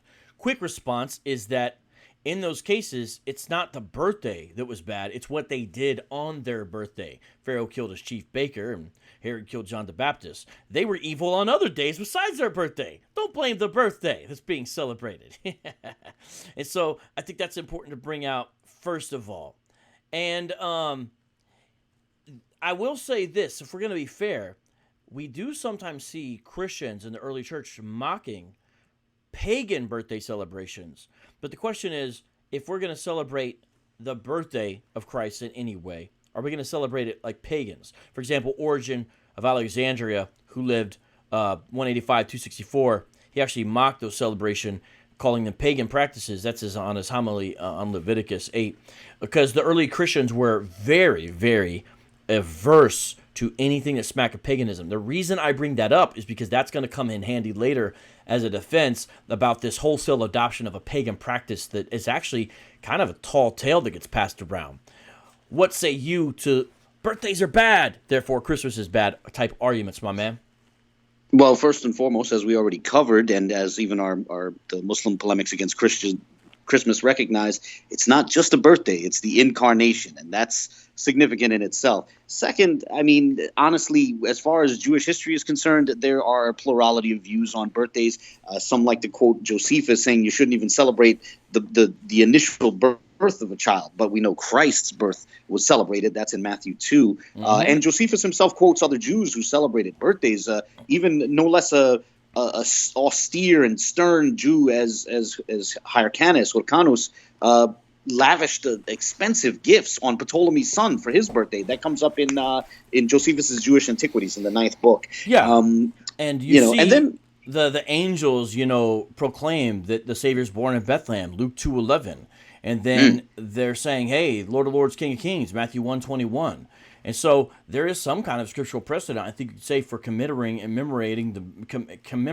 remembering the birth of Christ, because we see that happen in those events, as well as the actions of the shepherd. They left their flocks and to see what was going on, which I would say is kind of like a celebration. Luke chapter 2. So good point. Not only that, I would say even the Magnificat, in Luke, the statement of Mary seems to almost have a subtle allusion to this when she declares that all generations will call me blessed. And for what reason would all generations be, call Mary blessed? It has to do directly with the incarnation, with Christ coming through her womb, And so in a sense, for all generations to do that, that seems to imply from generation to generation, we are, in a sense, celebrating the incarnation, the birth of Christ. It doesn't necessarily justify or necessitate an annual celebration, but it does seem to hint at every generation celebrating this fact. Right, and the Bible does not forbid explicitly anywhere birthdays. People, you got to understand that. It's not explicit. There's no implication from a moral principle. And so what we could say, therefore, it's permissible to the Christian as long as it's edifying. I think the scriptural basis for that is Romans 13:10, 14:1-23, 1 Corinthians 6:12, 1 Corinthians 10:23, Colossians 2:20 through 23. And not only that, even though they came at a later date, the Magi from the East did bear gifts a year or two later, according to Matthew chapter 2. And those certainly looks like don't want to be some kind of birthday gifts. You know what I'm saying? Yeah, they were celebrating his birth. Absolutely. Yeah, that's again, Matthew 2 is a rather brazen example of them celebrating his birth. Excellent. Argument number 2. Don't go too deep down the rabbit hole because you're sort of an expert on this, my friend Abu. But argument number 2 is, well, Christ could have never been born on December 25th anyway. And let me give my layman's responses first, and then you can do a summarized version of yours. Number 1, a lot of Americans celebrate Washington's and Lincoln's birthday on the third Monday of February, even though Washington's birthday was February 22nd. So the point is saying, like, celebrating the life of the person. It's not necessarily the exact date. So just getting out, making sure people see that. And the question is, we do see somewhat early anyway, people attaching, it depends how you define early, December 25th to the birth of Jesus. The first time I think that I've been able to see it is in 204 AD with Hippolytus of Rome. Yeah, 172-36. In his commentary of Daniel, he actually calculated that Jesus was born on December 25th. And later on, several other church writers identified that same day. John Chrysostom, Cyril of Jerusalem, and actually even Augustine. It eventually became universally accepted by a large chunk of the church. And so I think that's important. Now, Abu, we don't want to get too far in the weeds, but you have a whole video on this I recommend people watch. Yes, I have a video titled, Was Jesus Born in December? I mean, shameless plug, but yeah, I recommend it. But I could give a quick summary. I know it's very popular these days, even amongst Christians, to sort of wave the hand disdainfully and say, oh, we all know he wasn't born in December. I'm sorry, I'm part of the minority. I think he was born in December because so many people within the historic church took that position, but also because I think there's an argument there. If I could go through it really quickly. Well, one thing, while you do this, I think one great thing you have in your video that relates to this is you have a picture of Palestinian shepherds in the modern era with their sheep in December. Oh, yeah. Oh, absolutely. And that's a popular polemic against it. Oh, the shepherds were out in the night. Shepherds don't go out in the winter. I'm sorry. Like, anyone who gets into the issue of shepherds in Palestine, if you look into it deeply, there's tremendous evidence that shepherds in Palestine, including Jewish shepherds, but even non-Jewish shepherds in the modern age, definitely are out in the winter, even at night, So that's a polemic that's baseless. But if I could just really quickly give a quick argument for why Jesus was, why I think he was born in late December, why I think it's plausible, it relates to the fact that in the Gospel of Luke, it has Zechariah in the temple during the priestly course of Abia. Now, people like to use the priestly courses against a December date, but what I've noticed is no one ever justifies where they start the count. Here's the thing. One of the only ancient Jewish sources to assign a date to a priestly course, it's in the Talmud, in the Babylonian Talmud. It's Tractate Tanit 29a, and for the priestly course of Yehoiarib, there's a date given. It's the 9th of Ab, right? So Jehoiarib came 7 weeks before Abijah. So Zechariah was in the temple during the priestly course of Abijah. That's 7 weeks after Jehoiarib. We have external Jewish sources that say Jehoiarib came in the month of Av, which is summer, roughly like August. And what's interesting, here's where it gets even more interesting. 7 weeks after the 9th of Av would be the 28th of Elul on the Hebrew calendar, right? And then 3 months after that would be the 28th of Kislev, because Jesus was born roughly 15 months after Zechariah was in the temple. So if that's about a year after the 28th of Elul, after the 28th of Kislev, then here's something to keep in mind. This year, the 28th of Kislev just fell on December 26th. And here's where it gets even more interesting. The 28th of Kislev is only 3 days off from the 25th of Kislev. And the Apostolic Constitutions, it's a very ancient Christian text, states that Christ was born on the 25th of the 9th month, without specifying according to a calendar. If it's according to the Hebrew calendar, then that month, the month of Kislev, the month we were in until sundown today, the 25th of Kislev falls right in December. It did this year. So there is, I think, my video gets into it in more detail and I can answer people's questions. But yeah, I think there's evidence, it's quite plausible that he was born in December. Some people also go to Luke 1 and based upon the conception of John the Baptist will calculate a time for Jesus' birth. Sometime that I notice that gets people into the fall. But I think it's important when you guys hear Abu to just understand it's not impossible that Jesus was born on the date. It's not actually impossible. And it is interesting that there's some early attestation to it. And within that, you will hear sometimes people say, oh, well, that was actually when Mithras was born. Guess what, guys? Mithras was not born on December 25th. Try to show me the original source for Mithras being born on December 25th, and I'll wait. But with that being said, argument 3 is, well, it's folly to take a pagan festival and try to Christianize it. It's folly. And they usually point to Saturnalia or the Feast of the Inconquerable Sun for that.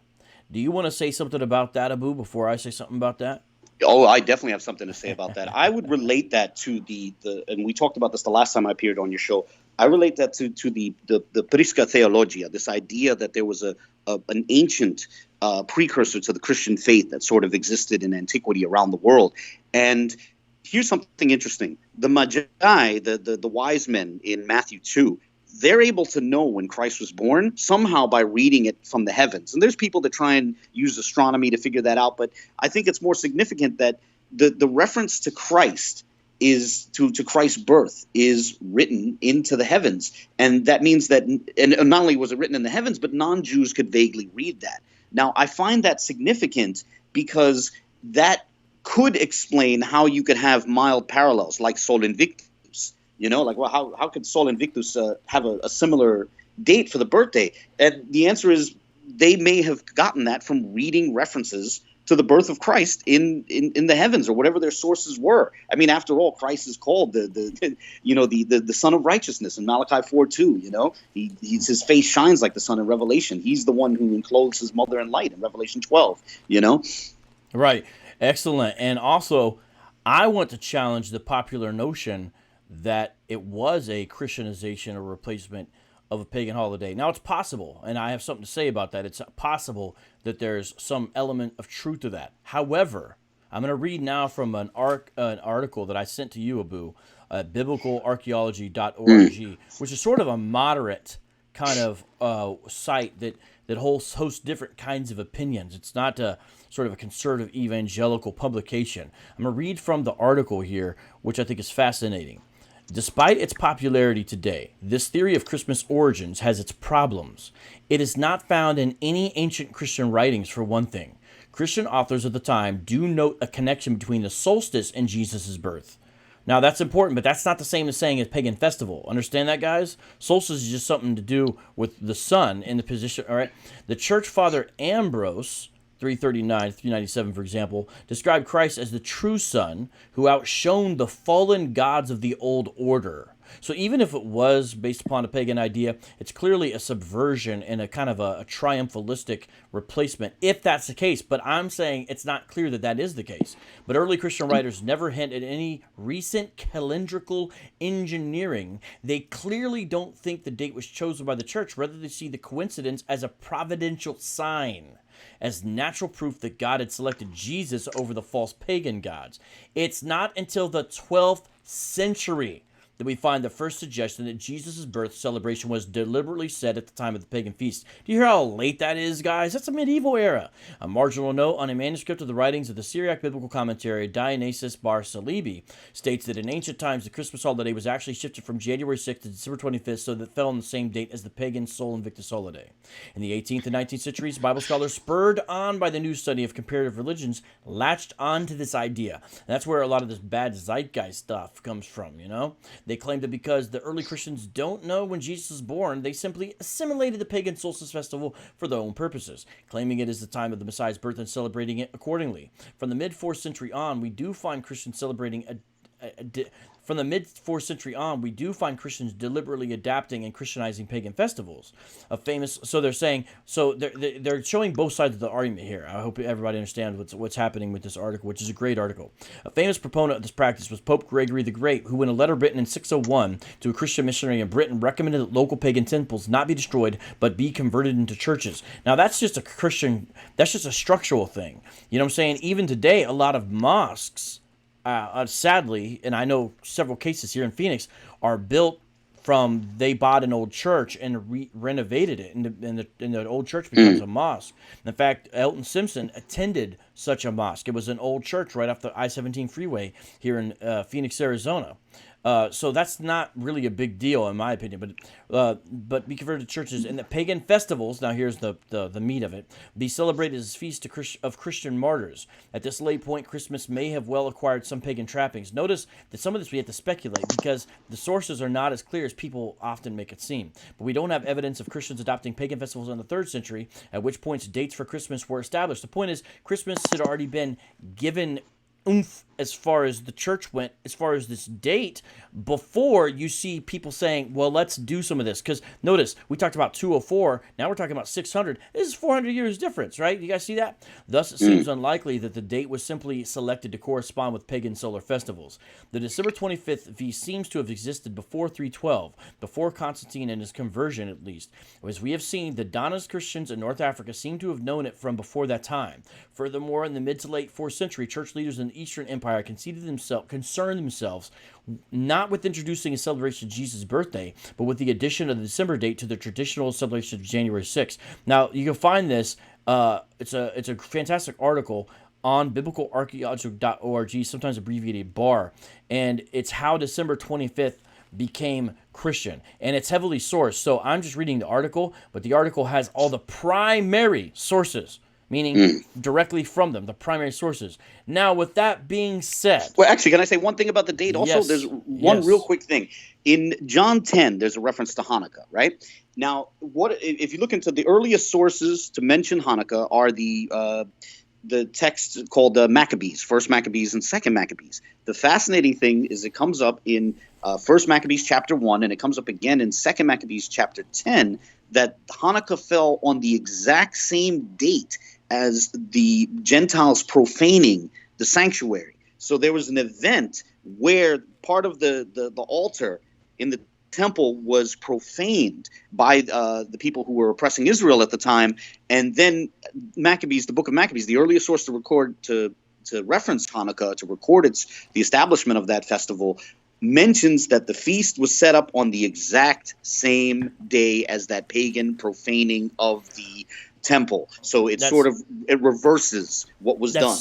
Fascinating you brought that up, because there is some historical evidence, ladies and gentlemen. Some people say it's conclusive. I'm not there yet, but there's some historical evidence that shows that some of the feasts given to Israel by God through Moses were originally pagan agricultural festivals. And of course, those would have been filled with idolatrous imagery and practices. I can give you an example of that. Here's hold sorry. on. I'll let you go on that. But the 1980. This is not exactly the source I want. That's why I'm still looking at this. But the Encyclopedia Britannica 1981 edition actually talks about this. So it seems there's a precedent with God establishing feasts that would replace the pagan festivals without adopting the idolatry or immorality that came along with them. And so this would mean that in principle is not something wrong to do. Go ahead, bro. What I was going to say is here's an interesting parallel to in terms of that. Not so much that it's necessarily adopting a pagan festival, but it's so much that there's a parallel there. People have heard the phrase "beware the Ides of March," and that's associated with Julius Caesar. But before Julius Caesar did his Julian calendrical reform, the Roman calendar used to be lunar solar, like the Hebrew calendar. And the first month was March. The Ides of March was a major Roman pagan festival that fell on the full moon, right around the full moon of the first month of the spring. So that means it fell at almost exactly the same time as Passover. And they even would sacrifice a sheep. The Romans were sacrificing a sheep in a pagan festival during the full moon of the first month of the spring on the lunar calendar, lining up perfectly with Passover and even resembling Passover a little bit. That's interesting, funny. But that's not a reason to reject Passover. Right, and you said it's funny. BK Apologist actually just dropped in the live chat. Everybody, subscribe to my main man, Brooklyn Apologist. That's Alfredo Valentin from the BKLYN. He's one of the main. Indeed, he's amazing. Yeah, he is. Dude's a deep researcher. You got to respect his level of skills on that. He actually just said Passover as an example of that almost simultaneously while you were saying that. And shout out to him because he's one of the main brothers helping put this Cyber City viral urban apologetics conference together. I don't know if you got any links to the Facebook invite. Man, I'm confusing my words. The Facebook invite page, BK. But if you do, could you maybe drop those in the live chat so people can get familiar with that. Now, we got to continue the next one. Let's make this one short so we can make sure we spend time on Christmas trees. But argument 4 is, hey, I got problems with Santa. The objections to Santa. What do we want to say about that that would be helpful to all members of the audience, Abu?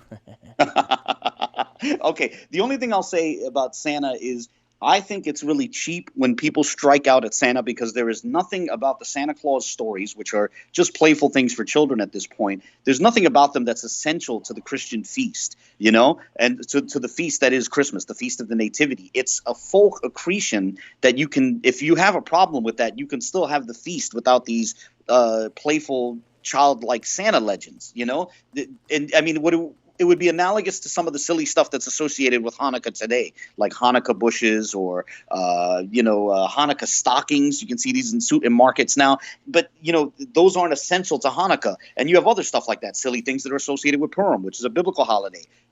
The people need to understand the difference between the feast itself and some playful folk accretion that is not essential to it. That's not part of the core. Santa is something peripheral. I know it's popular, but it's just something childlike and peripheral.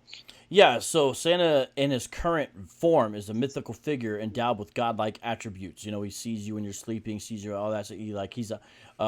We don't co-sign that. You know what I mean? I do think that it's helpful for parents to tell children as soon as the child can understand that Santa's not real, because it's possible the children may lose faith in the parent's word, and it is true that the kind of modern version of Santa can distract from Christ. It's true that the Americanization kind of version of Christmas can lead to kind of a crass materialism. That's true.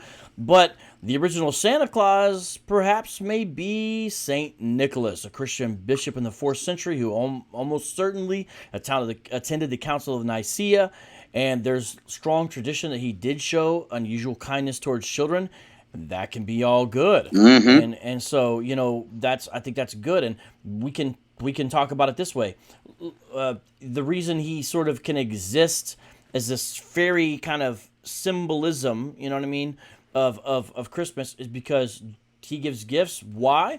Just like the Santa in the Boom Boom Room pointed out, because the Father gave us the gift of the Son. And so we want to show people the selfless giving aspect without trying to make them think that this guy's real and it's kind of the reason for the season. With that, anything else before we go on to the Christmas trees, which is the last thing we No, not at all. Let's jump on the tree. All right, last thing is the Christmas tree. Jumping on the tree Argument number 5 is the Christmas tree is pagan. People go to Jeremiah 10, 2 through 4. I'll read it, and then you can say a little something, my man Abu, if you would like, because the key, in my opinion, part of it anyway, is verse 5. But I'm going to read verses 2 through 4 of Jeremiah 10 first, and here it goes. Because people say this verse condemns Christmas trees. Thus says the Lord, for the customs of the people are delusion, because it is wood cut from the forest, the work of the hands of a craftsman with a cutting tool. They decorate silver and gold. They fasten it with nails and with hammers so that it will not totter. What do you think that's talking about there, Abu? Oh, I mean, I think it's not talking about just any instance of cutting down a tree and decking it with gold. Ironically, if it was, then it would contradict Exodus 25, because when the cherubim, the cherubs, as we would say in English, when the cherubs are put on top of the ark in Exodus 25, it uses the exact same language. It uses etz to refer to the wood, to the tree. It uses zahab, the same word that appears in for gold in Jeremiah, and it even talks about holding it aloft. So what Jeremiah 10 is referring to, first off, it's anachronistic to apply it to the Christmas tree, because that's a later Germanic practice that got kind of adopted over, into the New World when German folks came over. You know what I'm saying?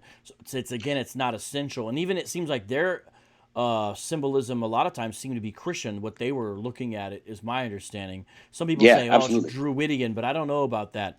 But what were you saying, my man? Go ahead. What I was going to say, to really understand Jeremiah 10, what I always say, if you want to understand what Jeremiah 10 verses, let's say 3 to 5 are referring to, check it against Psalm 115 verses 4 and 5 and Psalm 135 verses 15 and 16. And here's why. It uses the exact same language, and those two psalms are referring to the creation of statues to be used in idolatry. So, for example, when Jeremiah 10 talks about a work of the hands, it uses the phrase in Hebrew, ma'aseh yadeh, right? And that exact phrase appears in Psalm 115:4 and Psalm 135:15, right? Then it talks about the silver and the gold, right? That you're decking this thing that you're working with your hands with kesef and zahab, right? That also appears in Psalm 115:4 and Psalm 135:15. So it's the same language. And then here's the real kicker. In Jeremiah 10:5, it has this statement, they do not speak, right? Mm-hmm.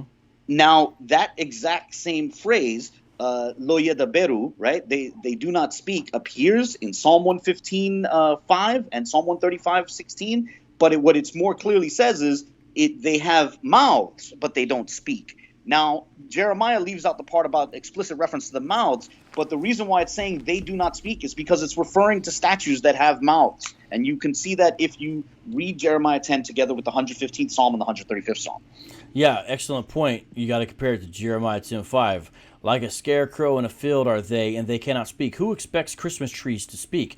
Clearly, it's talking about idols. They must be carried because they cannot walk.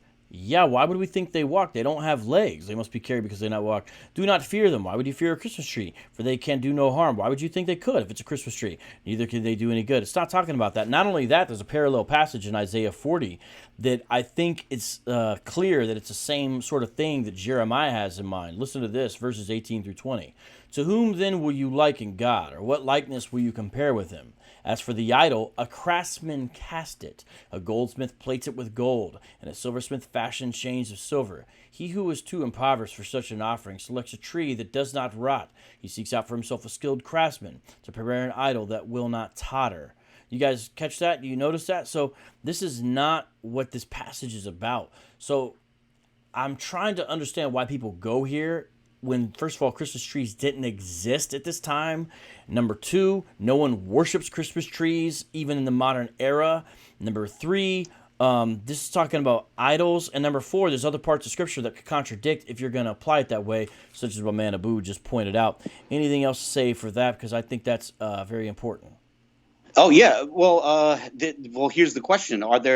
There's verses that might be interpreted as being in favor of using evergreen conifers as decorations in the Bible. Like, for example, in Psalm 104, 16 to 17, right? The 104th Psalm, the 16th and 17th verses, there makes a reference to the trees of the Lord, and it includes evergreen conifers amongst it. So something akin to pine trees, cedar trees.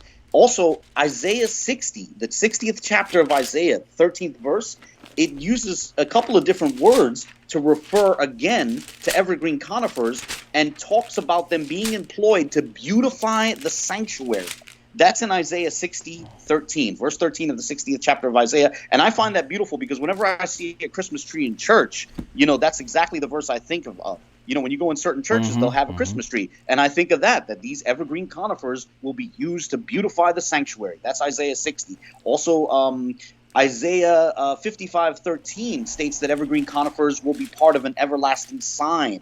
And it's sort of used as a reference to these references to trees rejoicing. I think that's actually a line in Isaiah 14:8. It says, "Broshim samhu," the fir trees will rejoice. These evergreen conifers will rejoice. But if very briefly, could I step outside the Bible just for a second? Because yeah. There's something. You got 2 minutes. I got to step away from the microphone, so you got 2 minutes by yourself. All right? Go ahead. Go ahead, bro. I'm keeping my eye on the screen, so I'll know when I see you coming back, I'll wrap it up. But in the Talmud, in the Babylonian Talmud, there's a line it's in Tractate Gittin 57a, and there it talks about planting. There was a Jewish tradition, and it was already considered an ancient tradition at the time when the Talmud was written, because it refers to it like it's an old tradition. And it says when a child was born, when a boy child was born, they would plant a certain kind of evergreen conifer, and when a girl child was born, they would plant a different kind of evergreen conifer. This is in the Talmud. Now, I'm not saying the Talmud is authoritative for Christians, of course not, but here's the relevance. There's people who will say, Christmas trees, pine trees, what does that have to do with Jesus' birthday? That's ridiculous. That's childish. But you have to say, wait a minute. There's an ancient Jewish tradition which associated evergreen conifers with the birth of a boy child. At the very least, that's interesting. And here's something also interesting about that page from the Talmud. It's merely an ironic point that's interesting. On that same page, again, it's Gittin 57a in the Babylonian Talmud, there's also a polemic against Jesus. So it's unrelated to the part about the pine trees, but it's funny that the same page of the Talmud that talks about planting an evergreen tree when a child is born also has a reference to Jesus. I always found that ironic. Good job. I hope others found that interesting. Yeah, it was good timing. I remember we talked about that on the phone one time. And lastly, look, we do need to remember what Christmas, if we're going to mark it in any way, is supposed to be about. The promised Messiah who came to save sinners from their sins, Matthew 1:21. This can be a beautiful time in this culture to share that truth. And I don't know why somebody would want to down that. But with that being said, I think it's a case of Romans 14:5-6. One man considers one day more sacred than another. Another man considers every day alike. Each one should be fully convinced in his own mind. He who regards one day as special does so to the Lord. You then, why do you judge your brother? Why do you look down on your brother? For we will all stand before God's judgment seat. Or perhaps Colossians 2:16-17. Therefore let no one act as your judge in regard to food or drink, or in respect to a festival or a new moon or a Sabbath day. These things are a mere shadow of what is to come, but the substance belongs to Christ. With that, we are going to close with one more freestyle. And Abu, help me out again if you can. And then what we'll do is invite everybody back tomorrow to Street Apologists Live, where we make apologetics fun again. And the reason why we're doing the second freestyle is because I owe everybody freestyles, and so we'll consider it a Christmas gift of sort. So, Boo, thanks for coming on. Definitely sub to the channel. We're going to give you more information about Cyber City as well as Doctrine for the Block. I'm going to try to close this show with a little miniature new commercial that we've created. Anything to say before we jam out here, bruh? No, just that I had a lot of fun, and that we move through this very quickly. It gets more interesting if we take our time, and I fully intend to make a video on the Christmas tree soon, God willing, in the coming weeks, in the coming days. That's it. And everybody, God bless. Merry Christmas, belatedly or early for those on the Julian calendar.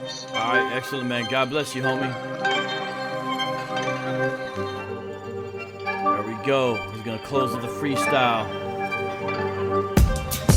Mic check 1 2. Yo, shout out to D-New. Coming through like, hey you. People out do my tang like woo. Wu-Tang, you bang, I don't sing. I do the thing, hang like an orangutan.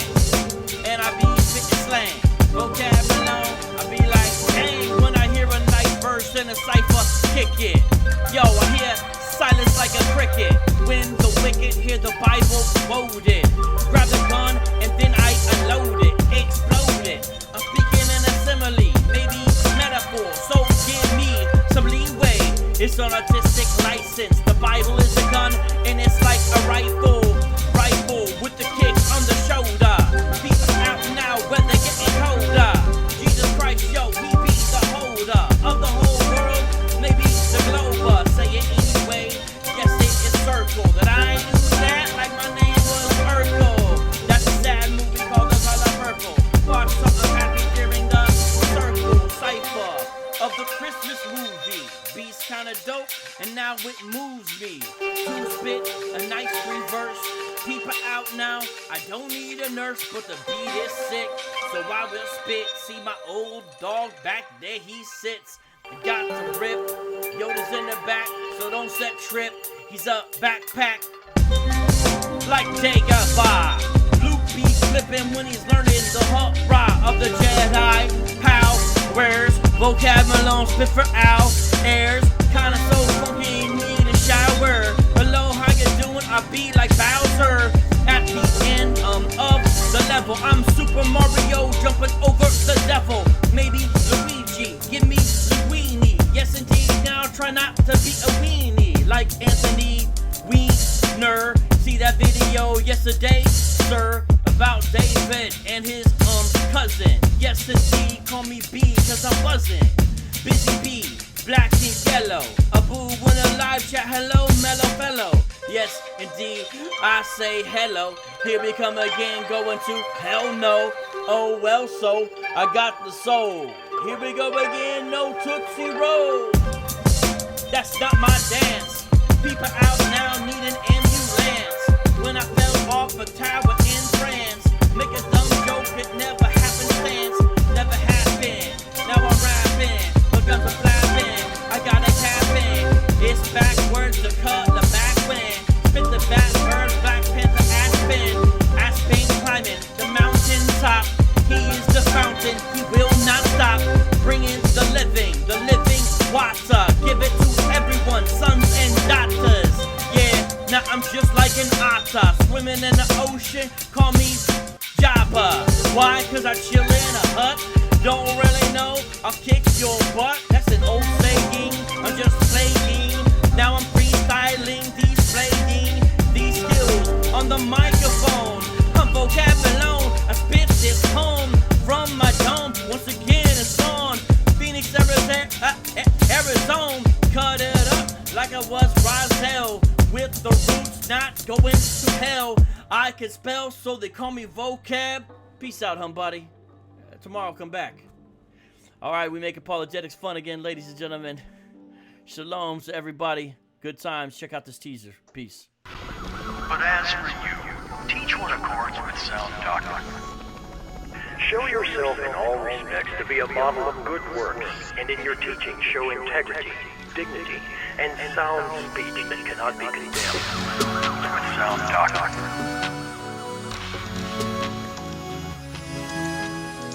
With sound doctrine.